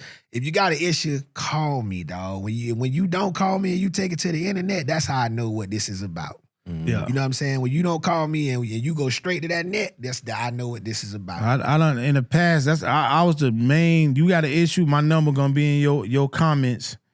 And 30, as soon as I get, hey, bro, this is my number, bro. Man, listen, how many times have all of us that have been vibing together, whether we fell out about something or we weren't vibing each other, we weren't speaking to each other, none of that shit hit the online. Nah, we don't like, listen, we've been working together for 20 plus years. Mm-hmm. Sometimes me and Pito, you would think World War V is about to go down in the And I never understood. Like, listen, like I don't know what it is, but back in the day, me and Pito bumped heads like a mother. But that bitch never left the back room. Yeah. That bitch never left the money room. That's for what? It was never an issue in public because I think we was just raised different. Yeah. You know what I'm saying? Me and Pito could sit back there, we counting money, cussing each other out. Nigga, you trying to take extra. Nigga, you being greedy, da-da-da. But the shit never left the back room. Yeah, dog. You know what I'm saying? And we be cool or everybody be straight before we walk out the club. And I don't think these days people don't conduct themselves in that way anymore. We just, you know what I'm saying? We in a viral stage. I'm telling you, it's a dangerous stage, dog. So you gotta know, if you know that this is how let's say 80% of people out here are living like this. Mm-hmm. Everything got to go to the internet. Then you know this shit got to be causing more murders. This shit got to be causing more incarceration. But now you're dealing with somebody's pride. You dealing with, like, once the shit hit the internet, shit go south. You know what I'm saying? Because like now I'm embarrassed. Yeah. Now the situation that was, could have been between two homeboys is now viral. That shit fuck with a bitch mental health, because a bitch be really like, damn, I feel like today I want to go show me a nigga. Yeah. Today 100%. I want to go show me a nigga, dog. But everybody else in my ear telling me, man, hell no, you got too much going on. And so I'm fighting a tug of war. Yeah. Because I really want y'all to boost my head. But then I know in my mind, I'm like, I got a lot to lose. But the day I want to show a nigga. I want to show a nigga. Sometimes, and with a male ego, it happens like that. Like, bro, today I'm I got to show a nigga today. I'm only laughing because I texted this nigga like 3 days ago. And I told her, I'm like, bro, when you see this, dog, just chill out, But this the crazy part. Like, shit like that, I was like, that's cute shit. Like, you know what I'm saying? Like, because that was like, what is that? You know what I'm saying? Like, sometimes I don't even grant these niggas the serenity. I don't even, you know how they say, God grant me the serenity. I don't even grant these niggas the serenity to even think that they even, you know what I'm saying, on my trail like that. Because they want to believe it so bad, but it's like, nah, man, you know what I'm saying? I can't give you that. I can't give you that satisfaction. Right. But when I see you, though, I do want to see the energy shift. You know what I'm saying? Sometimes that's just the real nigga in me, bro. Because I done seen niggas do it 100 times. Mm-hmm. Like, oh, man, you know, that's that internet shit. You weren't even supposed to say it. Now you weren't even supposed to come on. So it's okay for you to act like that towards me, but I'm not supposed to have no reaction as a man. Stop it. And then you're not even thinking, I can't control everybody around me. Mm-hmm. So when you do shit like that, you can't really see what's coming for real if it want to be played like that. Mm-hmm. You know what I'm saying? That's why I tell people sometimes when they do the clout chasing, they don't think it all the way through. You don't think it all the way through. They don't play the whole play all the way through to the end. Yeah. Because it's like, because one of my niggas might have a bad mental health day and be like, man, fuck that. I'm finna show a nigga. And then he probably gonna show your ass for real. And the funny thing is, he might not even know who it is. You know what I'm saying? And the worst part, we all got homeboys that you don't even tell all the information to. Nah. You know what I'm saying? Like, bro, I'm not gonna spaz. Yeah, I'm not gonna let you know what's really going on, because if I told you the real story, we both gonna end up in jail. I got this thing that I do now, because I'll come into a different maturity point. Well, I ain't never been the type of nigga to run to my niggas like, yo, man, da-da-da. I ain't never been there, because I ain't never want to even grant my niggas, my own niggas, I ain't never even want to grant them the satisfaction that I got to run to them every time something going on. I just learned to keep that shit to myself and stand 10 toes as a man on my own. Because if anything happened, you know, and I'm speaking on prior times, because we all older now. we all older and hell now. Ain't nobody trying to trick themselves into going to prison and all that. Let's keep this, you know, at bay. But I'm talking about prior times when niggas was real crash shots. If I know these guys crash shots, I'm not gonna go tell them, hey man, da-da-da-da-da-da-da-da, because I could cause something. The effect could be, because I came and told these niggas they can go and crash shot and whoop the whoop and then end up in prison for life. Or the niggas they going to crash out on could whoop the whoop and then they could be dead. Yeah. Mm-hmm. So either way, it's a funeral or it's a life sentence, and you got to deal with that on your conscience because you ran and told niggas this what's going on. See, this what the young niggas need to understand. Y'all always trying to click up and go involve your niggas. Sometimes, man, if you got some shit going on, I understand it's gonna go on, but stand 10 toes on yourself, because you don't want to be running and getting niggas if you ain't ready to be paying for no funerals and motherfucking lawyers, you know what I'm saying? If you ain't ready to be paying for no funerals and no lawyers, my nigga, stop running and getting niggas and just stand on your own. You know what I'm saying? And that's just real. Yeah. I talked about you having a book out there. It was Process and Purpose. Yep. For anybody that hasn't read the book, is there like one key message that you would want to tell them that's in the book to maybe encourage them to check it out? Yeah, I would say just the book as a whole, you know what I'm saying? Like, I talk about my whole journey. Like, I talk about basically the journey from the beginning, from me being a kid and then me growing up in the environment I grew up in and then becoming a part of that environment and then, you know what I'm saying, going to jail a couple times in that same environment and then having to choose between straddling the fence with the streets and this music shit and having a praying mama. And my mama saying, well, God told me to tell you, you can't have both. So you're going to have to figure it out. And I still had a whole motherfucking 5-6 pounds in the goddamn. I got 5-6 pounds left after I get out of jail. I got 5-6 pounds left for that pressure in the goddamn closet. I still got to get off this because I got to get my money, mama. Yeah. But I understand you because you want me to flush it down the toilet. I can't do that. No. Can't do that, mama. You know what I'm saying? So I had to get rid of that, keep the money that I had from that and not serve no more so I can let God know, like, I'm trying to live right. And then, boom, that's when Cushy Cuts came out because my mama said, call him out. God ain't going to never be no lie. Call him out. You can't make God no lie. Bitch, I remember I was in the room punching the wall like, man, I need some money. I ain't used to this. I'm finna, man, she like, nope, stay your ass in that room and call him out. Call him out. I'm punching the wall in that bitch, boy. I called him out. And then, boom, that's when Pressure Bust Pipes and Cushy Cups dropped. And I started getting phone calls for shows and shit. You know what I'm saying? Like way better than the previous times. You know what I'm saying? Mm-hmm. Now it's $5,000, $6,000. Mm. Now this is money that I can manage my life with and keep my family afloat with. You know what I'm saying? So then that's when God showed me. And one thing about God ain't let me down yet. But sometimes you get to a point where you be like, God, yeah, hey, my boy. Hey, tap in with me, big dog. Hey, you don't hear me? You see what's going on? And boy, that boy come through. He come through. It might don't be when you want him to, but that boy come through. I'm telling you know what I'm saying? Like, it's real. It's real. He ain't let me down. I'm talking about since that time that I'm telling y'all about, not one time have God let me down since then. Mm. And that's that word to mama right there. That's what's up, man. Chris had... Man, we about to I got some questions for you, man. We're gonna do a this or that. All right. You know what I'm saying? So I'm gonna shoot you some. I don't need if you gotta go into if you gotta break it down is cool. Right. You know what I'm saying? But so I'm gonna shoot something that's just this or that. So the first one we gonna go with Salem's or Knicks. And why? I want to say Knicks, but then the last time I tried Knicks, they kind of let me down. Yeah, and this was about 2 months ago. Okay. Say less. I want to say Knicks. Know what I'm saying? But I don't know. And then I don't know. I'm gonna tell you. I'm gonna say this Talk too. to me. I'm gonna say this too. Since I done jumped in the food game, dog, it'd be hard. It'd be hard for me to jump in that bitch and be like, oh. Cause now, see, like, okay, so me and you, like, so once you start cooking for people, you realize that, man, I might really be kind of like that. Yeah. You know what I'm saying? So it's hard for me, like, now to go somewhere and be like impressed with somebody's shit.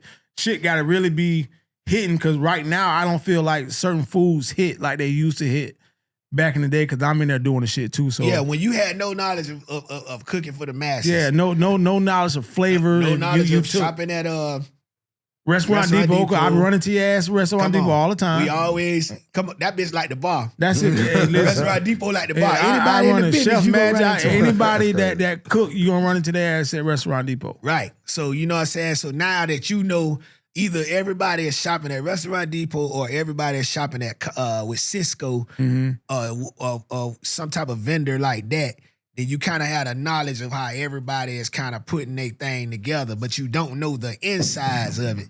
You don't know the total insides of how everybody putting their thing together. I think that's what, like, food-wise, that's what got me, because I'm like, all right, cool.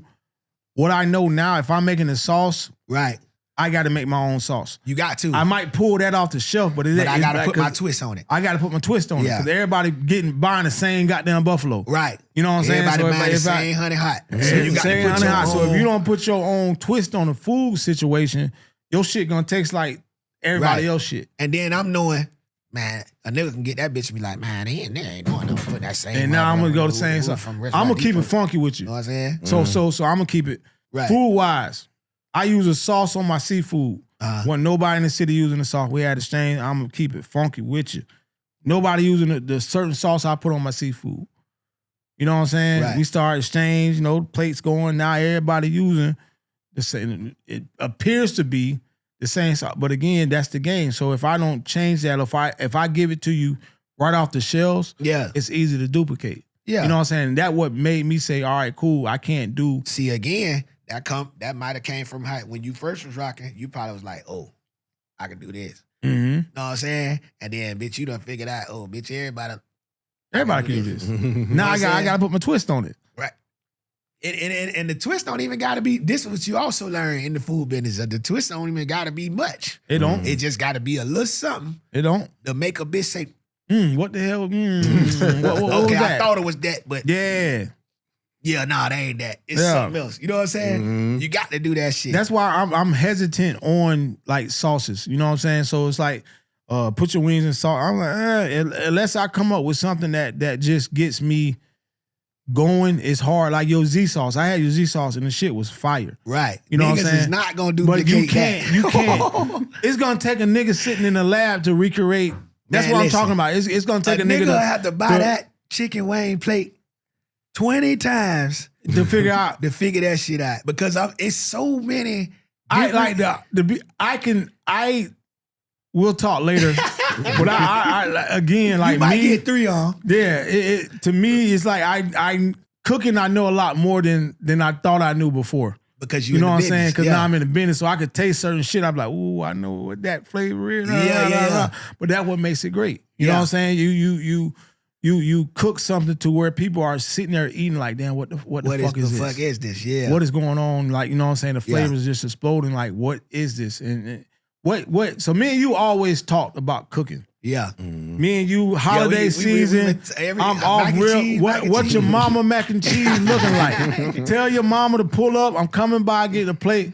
What gave you the, like, for me, the courage to cook multiple? Like, I always cook. He know that. We was roommates back in the day. I always cook.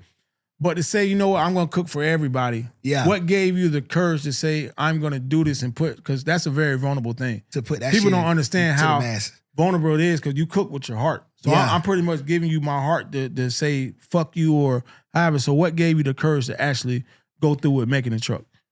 Well, I think with that, it's always been like, even with the book, I think in my mind, I said, all right, cool. I want to do everything that I'm supposed to be doing as a mogul in my community, right? The mogul that I want to be in my community, right? So I need to be an author. I need to put a book out. I'm looking at the big dogs. I see 50 Cent. I see Jay Prince. I see Rick Ross. I see everybody dropping books. So Tom need to drop a book. I see everybody starting restaurant. Tom need a restaurant. I see everybody doing a clothing line. Tom need a, I did the clothing line thing. Back in the day. Yeah. So I just always want to just have my hands in what I feel like supposed to be going on for somebody of my stature in the community. So that's what made me say. And then also, I done had so many people food I started telling my wife, like, man, bro, I think the way we cook at home, the way my mama cook, the way my auntie them do this and that, third, man, bro, we can really hold it down. Like, if we really opened up, people will really enjoy this food, because a lot of times you go to people places and the presentation look like that, but it don't be like that. The flavors don't be flavored, don't be flavored. You know what I'm saying? So I'm like, man, I really think the family get together, we can really put together something special and people enjoy it. And that's what pushed me into it, especially like recipes, Easy Money. My brother, man, listen, man, that boy, I still got the oxtail recipe But he must have knew he was on his way out of here, boy, because he was like, record this, boy. Record this, boy. I got the videos of them, the way we do them oxtails. Yeah. And the way them collard greens, I'm still scared. If you notice, I ain't did collard greens since Earl died. You know what I'm saying? I'm scared, but I gotta step up. You gotta do it. You gotta do it. I gotta do the collard greens. I got the videos. I mastered the oxtails because I'm more of the snack. He more of the trap. Basically, like he puts the soul food behind the trap, minus the mac and cheese. I'm the mac and cheese guy behind, knowing my mama recipe and add my twist to it. Right. Earl was the collard greens, the oxtails, the smothered pork chops, all that there. You know what I mean? And I was I put a big ass motherfucking triple meat sandwich with a honey bun on that bitch. I'm that. Yeah. You know what I'm saying? The shit that make a bitch want to come buy the shit. Yeah. So that's how we combined the business. You know what I'm saying? But like I said, I'm still scared to try them collard greens, but I'm doing that. And sometimes you just got to do it. Like I'm like with certain things, it's like I could do blindfolded. Then it's like in a funny story, like I was macaroni cheese guy, and one year Polo and LA the Goat came to my house, and I tried some different shit on Thanksgiving. I put some damn what is that? What's that oil? Truffle oil and some macaroni and cheese. And this is probably about 3-4 years ago, and when I tell you that shit was nasty as hell. LA the wrong nigga to have at your house. So they at my house, so I made 2 different batches. I made a regular batch of macaroni and cheese and some with some truffle in it. Yeah. And LA and Polo was like, nigga, this shit nasty as fuck. So I'm not gonna lie to you, I stopped making macaroni and cheese that day. Because you know what I'm saying? Yeah. I swear to God, because it's like, bro, I can't make macaroni and cheese in front of nobody no more. Man, listen. You know what I'm saying? So I just got back to making macaroni and cheese, goddamn. That nigga LA the wrong nigga to have. 100%. Fucked up. Them niggas still tell me that. They still tell me that to this day, though, about my macaroni and cheese. That was embarrassing, too, because I had a whole bunch of people over there. Yeah. Other macaroni and cheese went like this. Well, at least you had that to redeem yourself. Yeah, but it was like but LA got there late. Wasn't enough for everybody.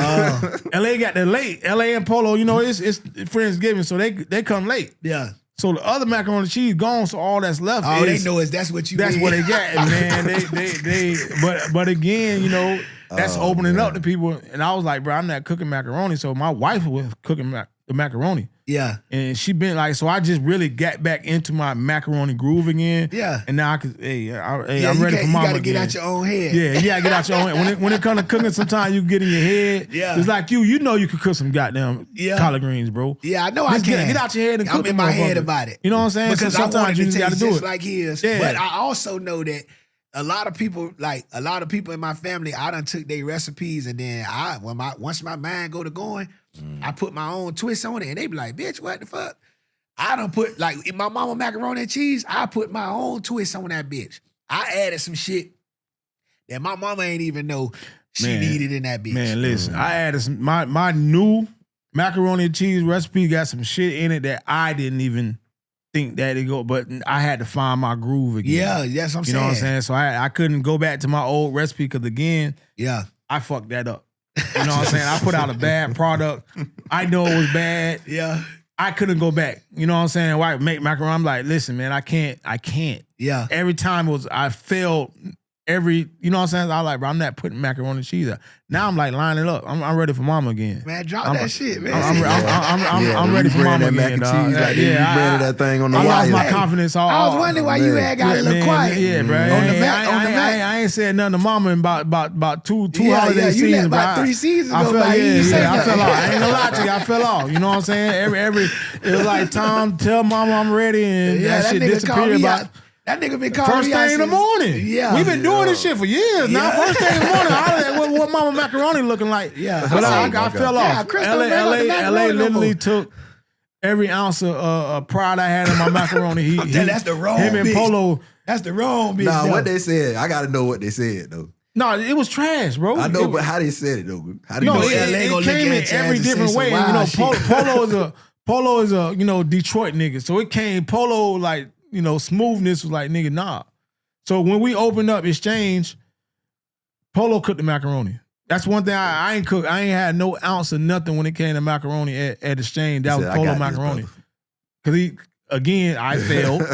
So I wasn't, hey, listen, bro, you want to put macaroni on the menu, bro, you cooking that bitch. I'm not touching it. You know what I'm saying? So that's how long that I stopped cooking that shit, bro. And it has been a little minute now. Yeah. It's that's what it was, man. Hold on, I had a couple more. That boy scarred. The macaroni fucked me up. I ain't even lie, man. Dances in Tampa. Okay. What's the better dance? What had more longevity, Cityboy or Sanchez? Man, Cityboy, come on. So you ain't using Sanchez? Because how y'all used to do it, use the Cityboy into the Sanchez. Well, that's how them jits from the east side were doing it. Yeah, Cityboy, and then go down low in Sanchez. You know what I'm saying? That's how the jits from Sanchez was doing it. You know what I'm saying? But yeah, I'm talking about if you talking about for real, like, I mean, come on, Cityboy still going right now. Okay. So we gotta know that the longevity of the only thing, like, see, I think when Sanchez came out, bitch, I probably was like 25, 26. Man, I'm like, I'm not putting my hands on no, sir. On that dirty ass club ground like that. You know what I'm saying? I ain't doing that. So I ain't never, I don't think you'll ever see a video of Tom doing the Sanchez. Ain't no footage out there. Real Tampa ain't got no footage. Real Tampa ain't got no footage there. Real Tampa, we need to look that up. We need that ASAP. Nigga, I give Real Tampa $1,000, he can find that motherfucker. we need footage of Tanji doing the Sanchez, man. We need that ASAP. Before, but he ain't gonna find the footage. Oh, man. All right, so we got Underground or Fuel. I need to watch this one. Underground or Fuel? Fuel on Thursday, Underground on Saturday. Which one was the better vibe? All right. Underground, I'm going to say Underground because I don't know what birthday that was, but it was so swole, the police wouldn't even let me in my own birthday party. God, that bitch, they wouldn't even let me in my own birthday party. I think that might have been my 24th or 25th birthday. They wouldn't even let me in my own birthday party until, like, Gary had to come out and be like, yo, what the fuck are y'all doing? Like, this is his fucking party. Like, where the fuck is Gary? I don't know. I ain't talked to Gary. In years. You know what I'm saying? But yeah, I would say Underground for that purpose. But if you want to say my personal vibe, I vibe more with Fuel. You know what I'm saying? Like, it was just something about Fuel that was appealing to me on another level. Like, I loved Fuel, bro. I loved it. And I loved it, the way you could walk from the dark to the light side. They sell you them big ass cups of that motherfucking Credible Hawk. Mm-hmm. I got in a good bar fight in Fuel too. I think everybody kind of got into I was a throwing fight beers at niggas and shit. And cause a nigga had hit me with a bottle. Shout out to the nigga Chump. We all right. Shout out to nigga Chump, man. Nigga Chump hit me with a bottle because we was fighting them niggas from Samson Park and that bitch. And they had a couple niggas from back in the days. I think the niggas from 43rd had clicked up with Samson Park, boy. And them niggas, it was God Bless the Dead, Moody again, y'all. This nigga Moody was a headache, man. But Moody done made so many guest appearances tonight, boy. Listen, Moody going through it with Lil Tony from Samson Park. Now back then, Samson Park they was on their thing. Now them niggas would pop off. They was on their shit, and they used to click up with Plant City, and they had a couple of hoods they had click up with, boy, and give your ass the business. So I come in that bitch. I'm fresh from the hood.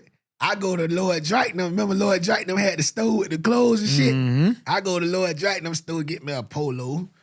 Know what I'm saying? I get me a little bootleg polo and some bootleg Jordans. You know, yeah. I get me some shades and I go on down the Fuel. I had a good day in the trap. I buy me 2 big ass Incredible Hawks for $30 a piece. Counting my money. That was like recipe for fight anyway. Incredible Hawk was just that. But I ain't gonna lie. You know how back then, man, you come in that bitch, boy, you feeling good. You done took your shower and put on some clothes. Man, I'm coming in that bitch. I got my shades on. Man, I never forget this shit. I buy me two Incredible Hawks from the girl. Remember they had that bar.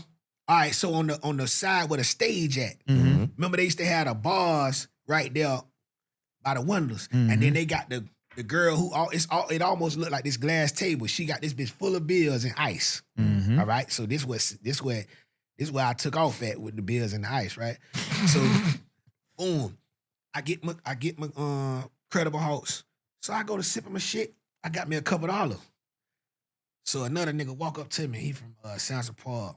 They say, nigga, you ain't the only nigga getting money. So this is the first time he approached me. I don't even know what's going on. I didn't know Moody and them had tech already in the club. Yeah. I turn around, I'm looking at that nigga. I'm like, man, what you talking about, bro? I'm trying to have a good time tonight. Man, nigga, da, da, da, da. So the nigga shake his head and walk off. So I know what's going on when a nigga shake his head and pull his pants up and walk off. So he going to get the guys. Yeah. He come back. I see him coming in the line. Now I'm like, okay. Boom. So, nigga, step up. I forgot. I don't know if the nigga name was Lil Dre or something. I don't know. I don't know what his nigga Some nigga from. sitting at home when he watch is gonna be mad. Yeah. No, or they might tap in and be like, that's a real story. You know what I'm saying? Nigga, the nigga step up to the front.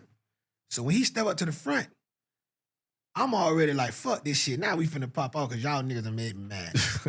So everybody from Point River come behind me. Now I'm knowing that it's tech. I didn't know it was tech at this time. I didn't know it was smoke. So when I peeped the shit, the shortest nigga, he talking to me, man, I just take my left hand, I mush the nigga. When I mush that nigga, well, that nigga Chump came with that bottle. Chump hit me with that motherfucking bottle. I come up out that shit. No, sir. I grab Chump. We get by the stage, but I can't never get him because this nigga moving. He moving. Chump moving. Boy, I fuck around and say, okay, since I can't get you, I go to the glass bar with the bills, and I just go to getting them bitches and chunking them bitches out. Boom, they getting up out the door. I'm swinging them bitches. I swang one of them bitches so hard. I don't know if you remember the black police that he was like a chubby dude. He's still active. I know you're talking about. I ain't gonna say his name, but I know exactly. Yeah, I know exactly what you're talking about. I chunked one of them bitches, and one of them bitches, cause they was getting out the door, cause I'm swinging them bitches, my hard bills. They getting out the door. I swang one of them bitches, and that bitch hit that nigga right there by his foot. Boom, and it broke. And when it broke, you know the bill probably got all over them and shit. Boy, they shot that beanbag right at their ass. But that shit got crazy. Nah, he used to pick the same cop used to pick people up by one hand, and them niggas ain't play. Yeah, they ain't play back in the day. The cops back then that fuel didn't play at all. You know what I'm saying? So yeah, I know exactly what you're talking about.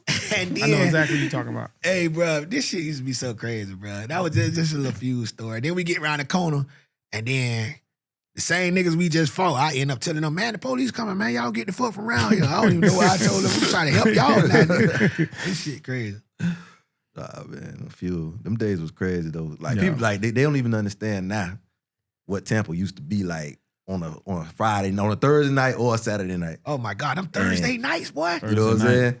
No, that shit can never be duplicated. I don't think. No, it can't. It can't. Like, Tampa is like Ybor when the streets was blocked off. Bro, and you could just walk in the middle of the road, and Ybor was. That's what I'm saying. It's really just like to paint the picture for people. What the fuck was it? Like it was the combined. It was the combination of the college life and street life. Yeah, it was college and streets. And for people that don't know what we talking about, it literally looked like the Florida Classic weekend. You got to show the picture. Every weekend. You got to show the picture while we talking about this shit. Yeah, nigga, what? Every weekend it looked like Florida Classic weekend on 7th Ave. But on Thursday though, how they do this on a Thursday night? But that's the when y'all said the combination of the streets in college, that's how QC was born. Mm-hmm. Yeah, you know what I'm saying? We was throwing college parties. Saudi had 112. You know, they had the happy hour was bumping. I was like, yo, give us 112 after 12 o'clock because the happy hour ended at 12. I'm gonna bring the college people, the local dudes gonna see the young chicks, and that's how we started First Friday in Tampa. You know what I'm saying? We had the perfect mix of. I ain't gonna lie. The street dudes got the street dudes got to see these babies that they ain't going over to Fletcher to see. I'm going over to Fowler to see. Y'all turned the streets on to them babies. Man, listen. That was from that campus. And then it wasn't even just USF. It was UT. Yeah, it was all every HCC. I came down. I went to HCC first. You know what I'm saying? And it's like, man, there's so many people, but they ain't going nowhere. Yeah, you know what I'm saying? So we was like, all right, cool. Let's bring these college people around, these local niggas, and that shit just it popped. You know what I'm saying? That's how we was born. It was a perfect combination of the college and the streets, and that's how You know what I'm saying? That's a fact. That is how y'all was born. That's a fact. So we was always known for, boy, them boys got them babies. I don't like them niggas. They ain't from here. How y'all let them out of town niggas come do this and da-da-da, bro? I'm just going to bring the babies out, bro. You know what I'm saying? Y'all fought through that and then gained the respect from the city. Y'all fought through that. You know what I'm saying? But everybody had a fight to fight through. Yeah. You know? Yeah. I mean, that's what I love about Tampa, though. You know what I'm saying? It would be hard for me to stay in another city because it's like I bust my ass to get respect in the city. So it's hard to leave somewhere where I pretty much as a grown man was raised at. You made your mark here. You know what I'm saying? Yeah. You made your mark here. Shit. Why would you go anywhere else? You know? Shit. Only way a nigga going somewhere else just to plant another fishing hole or create another business and keep it moving. Yeah. Mm-hmm. I think so. I mean, we can sit here and talk with Tom. Yeah, I ain't in no rush. You know what I'm saying? We can talk for 2 more hours. You know what I'm saying? I ain't tripping. But that's the thing. Like, I be wanting new kids to understand. I'm mad that they don't get the experience that what we experience because, like, you literally would have 5, 6 clubs letting out at the same time. Yeah, and all of them was packed. And I remember Tampa was. This when Tampa was Tampa, dog. Like back to what you were saying about the way the structure was built and the way the city was functioning at that time, right? Man, you had, and this is on 2 different sides of town at a time. You had Bahasa, Manila. Mm-hmm. Monday night, pick your poison. Monday night, you had Bahasa, Manila, pick your poison.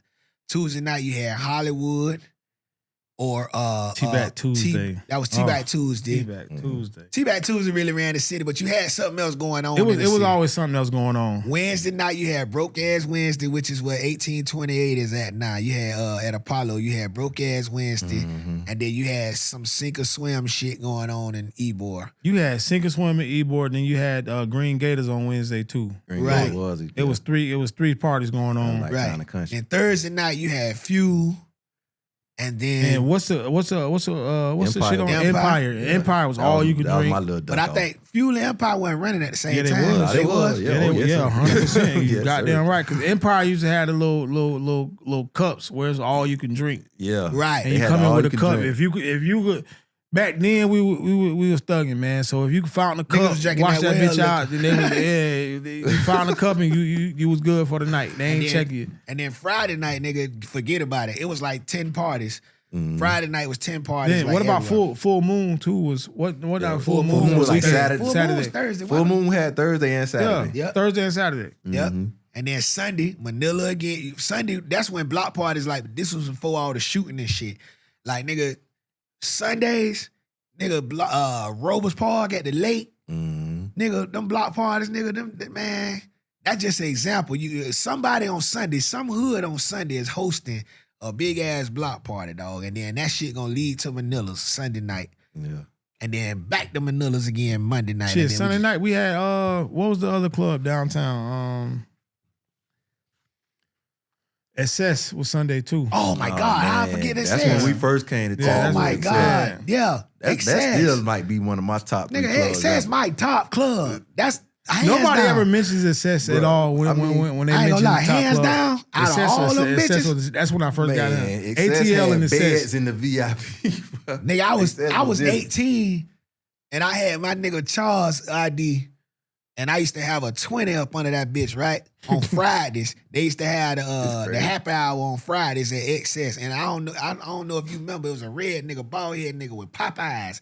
He was the main security nigga at XS. That nigga knew I wasn't old enough to be drinking that motherfucking liquor. Yeah. Bitch, I come in that bitch, I got that 20 up under that ID. Just look at this bitch and get that 20. And put me my band on my motherfucking wrist and let me go about my business, my boy. Appreciate you. Yeah. The thing, that's crazy. The thing that's funny about that, when I came to Tampa, I wasn't even 18 yet. Like, I was 17.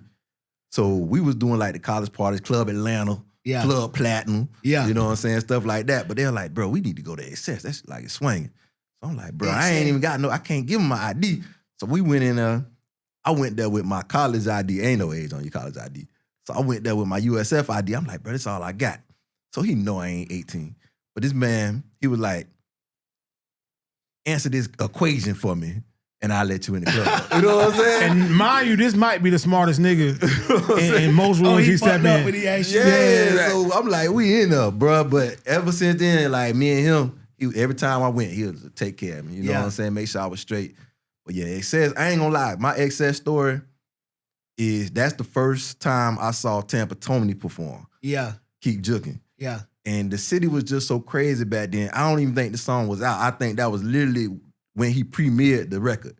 And he got on stage and did that song 4 straight times. Yeah. Club going crazy. Going dumb. Going stupid to this song that nobody ever heard before. It was the times, dog. And that's when I was just like, bro, this city here different, boy. Like the energy, like you said, Excess was just like, that was one of my favorite spots, bro. The lighting, you could be downstairs, you could be upstairs, you could be overlooking the dance floor. Like Excess was just that. This when I knew Excess was like that. I'm like probably like 19. I'm walking through that. That's when, we used to like, we want to sit still in the club. Mm-hmm. It's like a nigga want to walk through this bitch all night. Mm-hmm. Man, you remember Excess had that little tunnel up under the stage where you can walk, like you can go upstairs and then come down. It's like a little tunnel that bring you back to the other side of the club. Mm-hmm.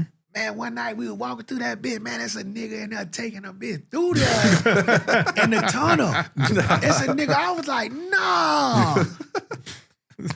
I'm talking about, this is the first time I see, I'm talking about, nigga, it's dark back there. Yeah. So it was kind of like the perfect setting. Yeah. You know what I'm saying? They both probably drunk. Ain't no telling that was a girl or some bitch. I don't know, some bitch he just met or whatever, but he was taking her through there down there. I was like, wow. This is it. This it. What? That's real. That's like your introduction to the club. Like, you like, hold up, that is like that out here. And the bartender, and my second best memory, the bartender there, I forget his name. If Earl was still alive, he'll tell me the white dude's name. He used to be upstairs, and he was one of them real. He probably was their best bartender, real fast, get his shit done.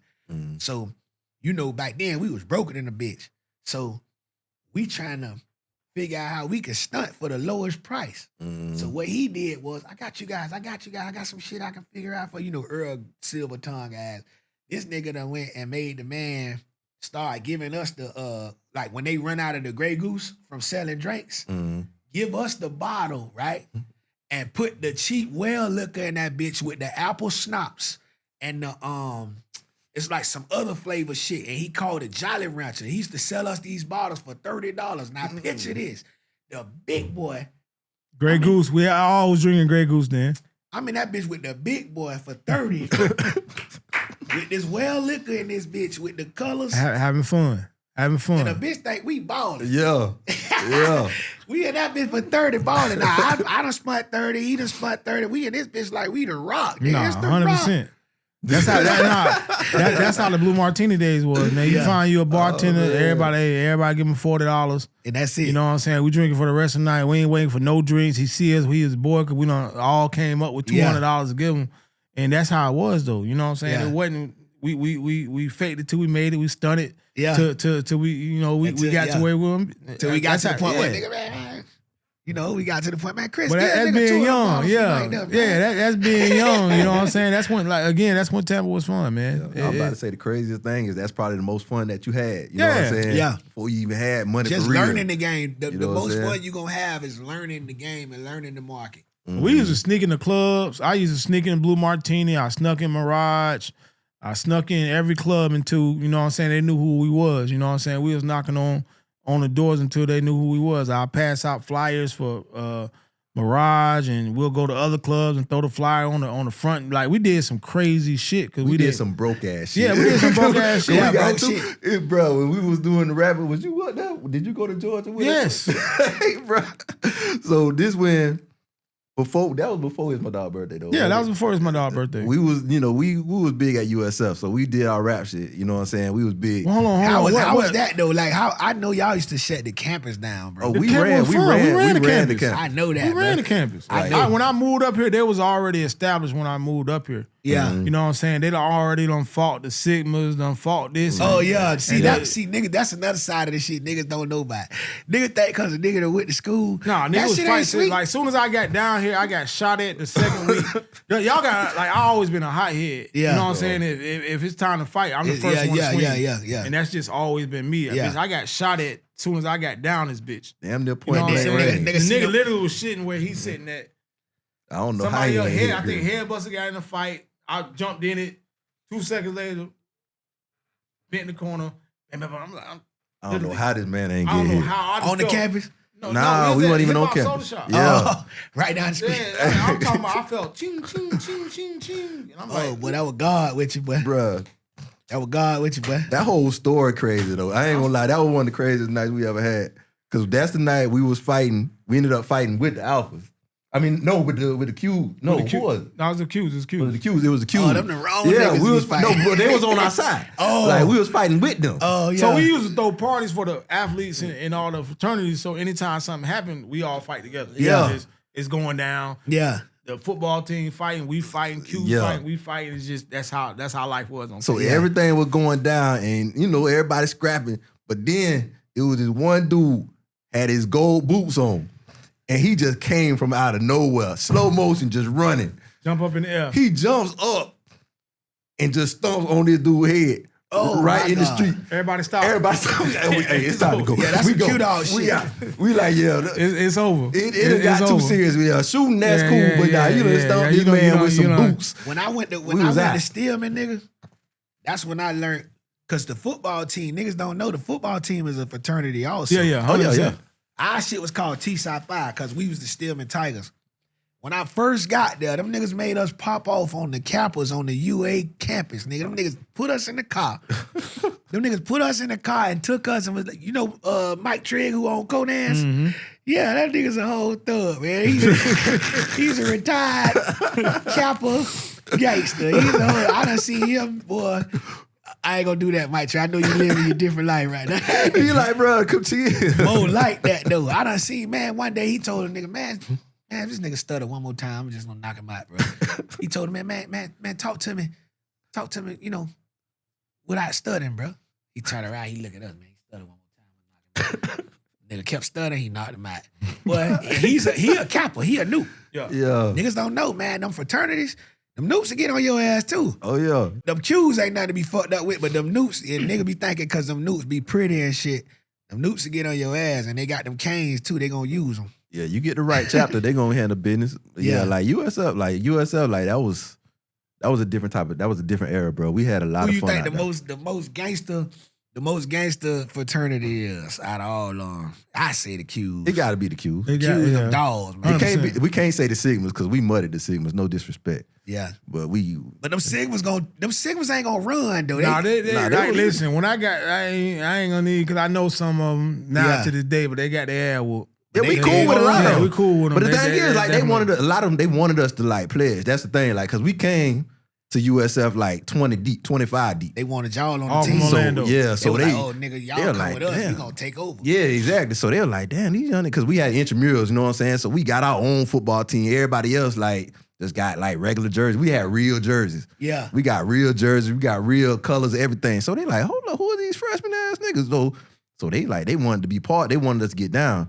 So, like, when we had a basketball game, this was our first year. Yeah, this was before I got down. It was the first year. We had a basketball game at the rec center. Yeah. And it was so many people in there. Like, I don't know if you ever been there, but, like, at that time, it was like you had to go downstairs to go to the gym. Like, upstairs. Because I did a performance too. Oh, no, yeah, he was definitely. Yeah, so, like, upstairs was like the gym. Tom. Upstairs was like the gym, like the workout area. Yeah. So, the bottom, the gym was so packed that people had to go upstairs and just look down to see the game. Yeah. And that's when we was playing the Sigmas. We bust their heads, though. So we beat them, like, we almost 30-point them boys. Yeah. So that's when it really jumped off, because, like, we out there after the game, we shaking hands and stuff. And it was one named CeeLo. I told him, because we talked at a party, and I told him I was going to drop 30. Yeah. So I was like, bro, I told you I was going to drop 30. And he like, flinched at me like he wanted to swing right then. So he ain't do nothing, but, like, we was just chilling after that. So I see you the quiet nigga there with the shit. Oh yeah, no. Like, listen, what y'all not gonna do is get him confused. Like I said, when we was at the club, he was in the middle of the mosh pit. No, but where J-Rod at? I know about them quiet niggas. Yeah, where J-Rod? He in the middle of the mosh pit throwing elbows. Yeah. He didn't want to leave the club. He's sweating, shirt wet. Yeah. Ripped up. I'm like, bro, where you at 2 o'clock? Tell how he in the middle of the dance floor. In the mix. Yeah, I just had a little aggression, you know what I'm saying? Nah, but there ain't no wrong with that. Yeah. That's just being a man, shit. Yeah, but nah, like anytime when it came to sports, like, I just like talking a little bit, you know. Yeah. Like, shit, we played against them in high school, you know what I'm saying? But man, listen, they held the ball for that was a 12th grade. 12th grade. 10th grade, I bust y'all at the end of the game. You could bust all day. Basketball, football. Man, listen. Basketball. Yeah, basketball. Bro, they held the ball. They literally held the ball for 3 minutes and like literally. No, that's when you don't remember. You remember Dominique Wilkins, Gerald Wilkins? Yeah. That's when they had his son. We were like that though. Yeah, they had other niggas that was D1 too, but they had Damian Wilkins before he went to college. So it's like, man, and I went to West Orange at that point. We ain't like I coached at West Orange, but like I went to Jones first. You know Jones High. Yeah. You know, Man, them so I went to boys Jones out there and first. held the ball for But yeah, West Orange was different. Like quarter was 10 minutes. They held the ball for 5 minutes. Yeah, coach was wouldn't tweaking. run a play. Coach was tweaking. But back to the Sigma story because it's almost over. So we it didn't jump off until somebody hit one of our homeboys, dude named Jermaine from down south, hit him with the ball, like threw it, like from past the wall. Oh, he hit him dead in his face. That nigga, that's a fight. What? Yeah. You know how that's a missile. And Jermaine was ready to kill somebody that night. So the police was already there. They separated us. They made us walk back to the campus because, you know, again, we freshmen. Like, niggas ain't driving. So they made us walk back to campus. We walked back to campus, and there was a place called it was called Andros, but it was like the late night cafe. Yeah. Everybody went, like 12 o'clock, 1 to 2 o'clock. That's where we went to hang out, eat, whatever. So by the time we get over there, they say, oh, the Sigma's waiting on y'all. They're like, waiting on us? Waiting what the fuck? So we get around the corner, and it's like 30 of them just lined up. It's time in to between do it. us, and we can't even get past them, you know what I'm saying? It's time to do it. Yeah, so we just chilling, and I'm like, dang, bro. We really gotta fight it. You know what I'm saying? So I don't know who did it, but it feel like they pushed the two smallest Sigmas to the front. And just like here. And had them run at us. And them boys got did the worst way. Them two got did the worst way. And then it popped off for a little minute. Them niggas must have been freshmen or something. They want to had see to their be heart. that probably their first. Yeah, they was probably fresh on the line. Yeah. And it popped off from there. You know what I'm saying? Some things got exchanged, and the police was already on their way there, so they pepper sprayed the whole thing. So I'm out. Who got caught? I can't remember somebody. I wasn't down here yet. Oh, I think Headbuster got caught. It was like 2 or 3 people that got definitely caught. got in trouble on that one though. Yeah, I'm like, bruh, how you get caught by the police? Because they wasn't jumping off them dudes. Yeah. Like, they still on it. They working. Oh, I'm like, bruh, that's why he got his name. His name was Headbuster. His name was definitely Headbuster for a reason. Ned was about his issue. He played football too, like, so he used to hit. Yeah. You know, like, nigga play football, nigga used to that contact, man. Yeah, he was a linebacker that was number 99. You know what I'm saying? So he was different. But yeah, like, they wouldn't get off of him. Be like, bro, we gotta go. So they got caught up. It ended up being a situation where boys, they got expelled. Me, I'm chilling, I'm straight. My homeboy, we got like 3 people coming to the dorm room, pouring milk in their eyes. They can't see. They like, bro, Lord. Man, yeah. That's the first time getting maced. Yeah, you know, cause we ain't never had that before. So it was just, but that was just a different time. But it was fun. Like, so yeah, USF, like we really like ran the campus for like 4 years, to be honest. Yeah. Even when we moved our campus, because that's when like Chris came like after like our 2nd or 3rd year. And that's when like QC Party Starters really took over like on the party side of everything. That college shit, bro. Like people don't realize that that's some of the best times of your life, bro. Yeah. When I was up in Alabama, dog, I was so homesick, and our coach, they knew it. Cause we got there.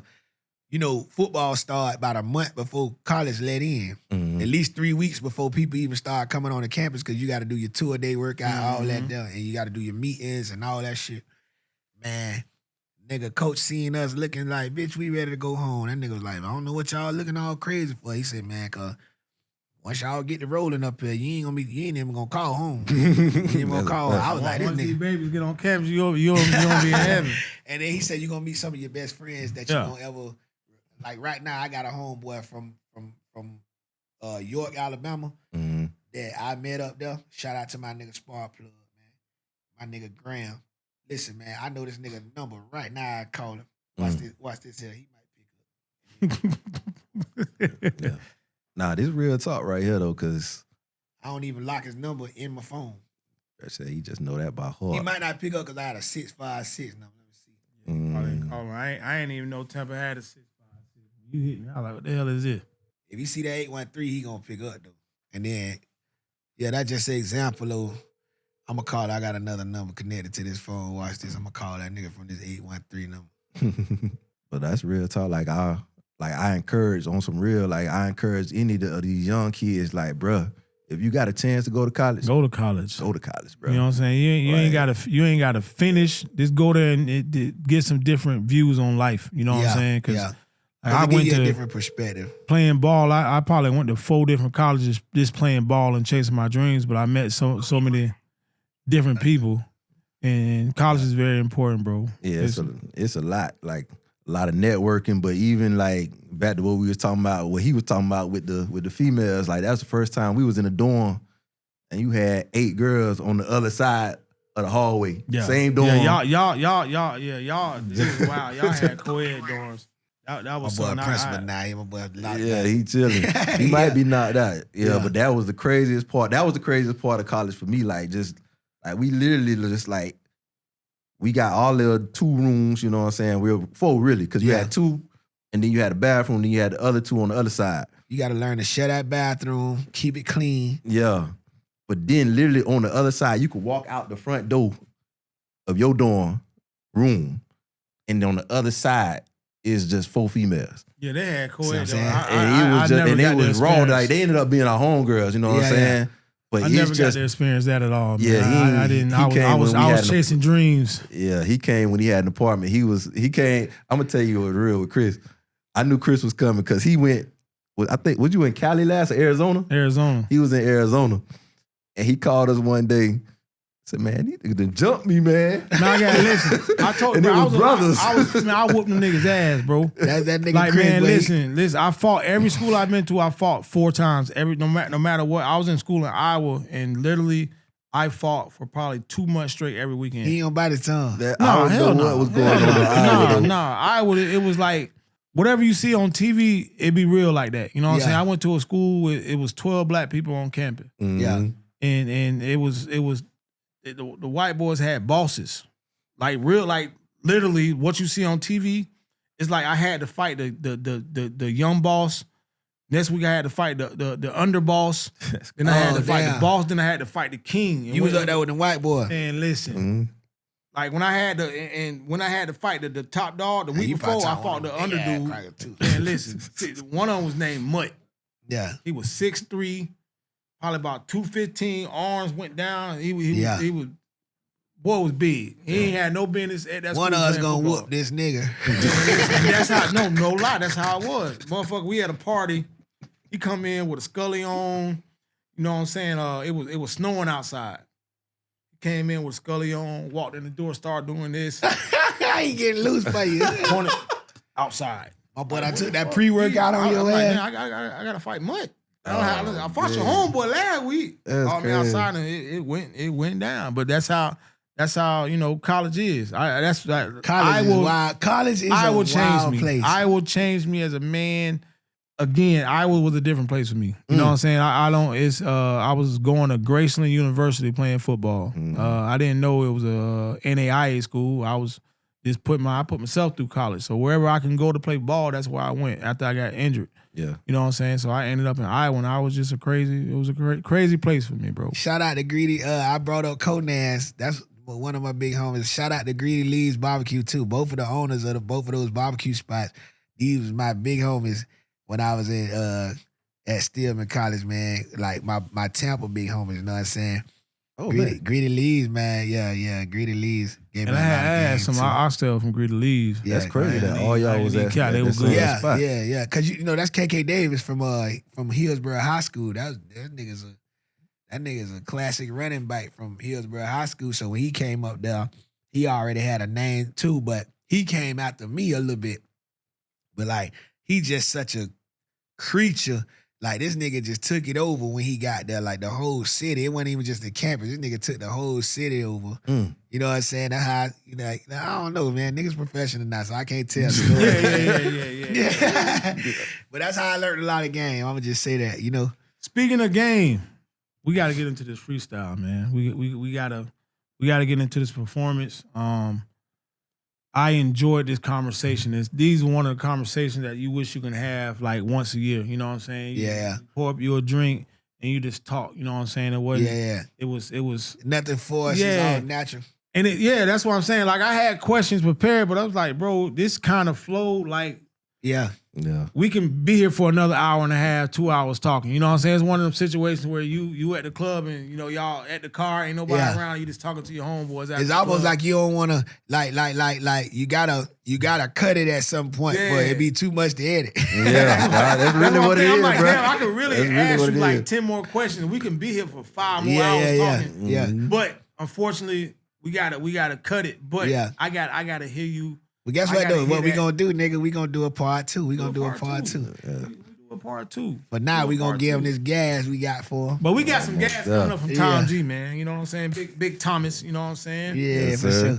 Well, definitely, man. We, like I said, we appreciate you, brother. And like I said, we couldn't do this first one without you. Yeah, like, it was mandatory. That's a pleasure, brother. That let me know how you. I mean, well, I know how you feel about me, but you know that's a display. That's a public display for sure. Most definitely. This conversation was definitely a grown man conversation, and I appreciate having it with y'all boys, man. And you know we gonna. We gotta have this conversation again, man. Because I feel like the next time. It's gonna get, cause we covered a lot of shit. Like I said, me and you got history. You know what I'm saying? Like, but we got shit we didn't cover. Yeah, we got like that's the thing. We got shit we didn't cover, cause like I said, man, me and my dog done made big bags together. We done lost bags together. Yeah. We done did it all. You know what I'm saying? And now we grown with kids. So you know what I'm saying?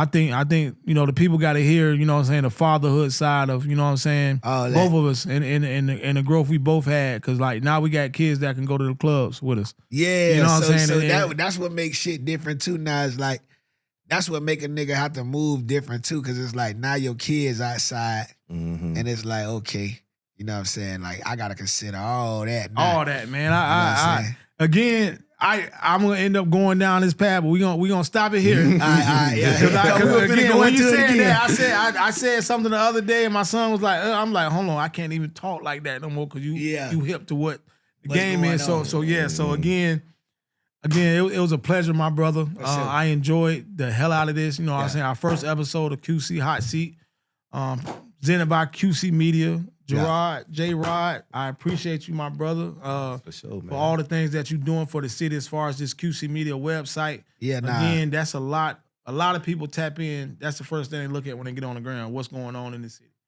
So for me, it's a pleasure having you as a partner, having you as my brother, and I appreciate you. Tom, again, thank you, my brother. Yes, sir. You know what I'm saying? We got many more stuff to accomplish out there in life. Yeah. Pass it to you. You close us out, and we got a Tom G freestyle coming, and I think it's pretty hot, man. So let's get to it. Let's get it. Nah, that's the perfect outro, man. Y'all appreciate y'all. We gonna see y'all episode 2, most there. Let's get it. QC Hot Seat.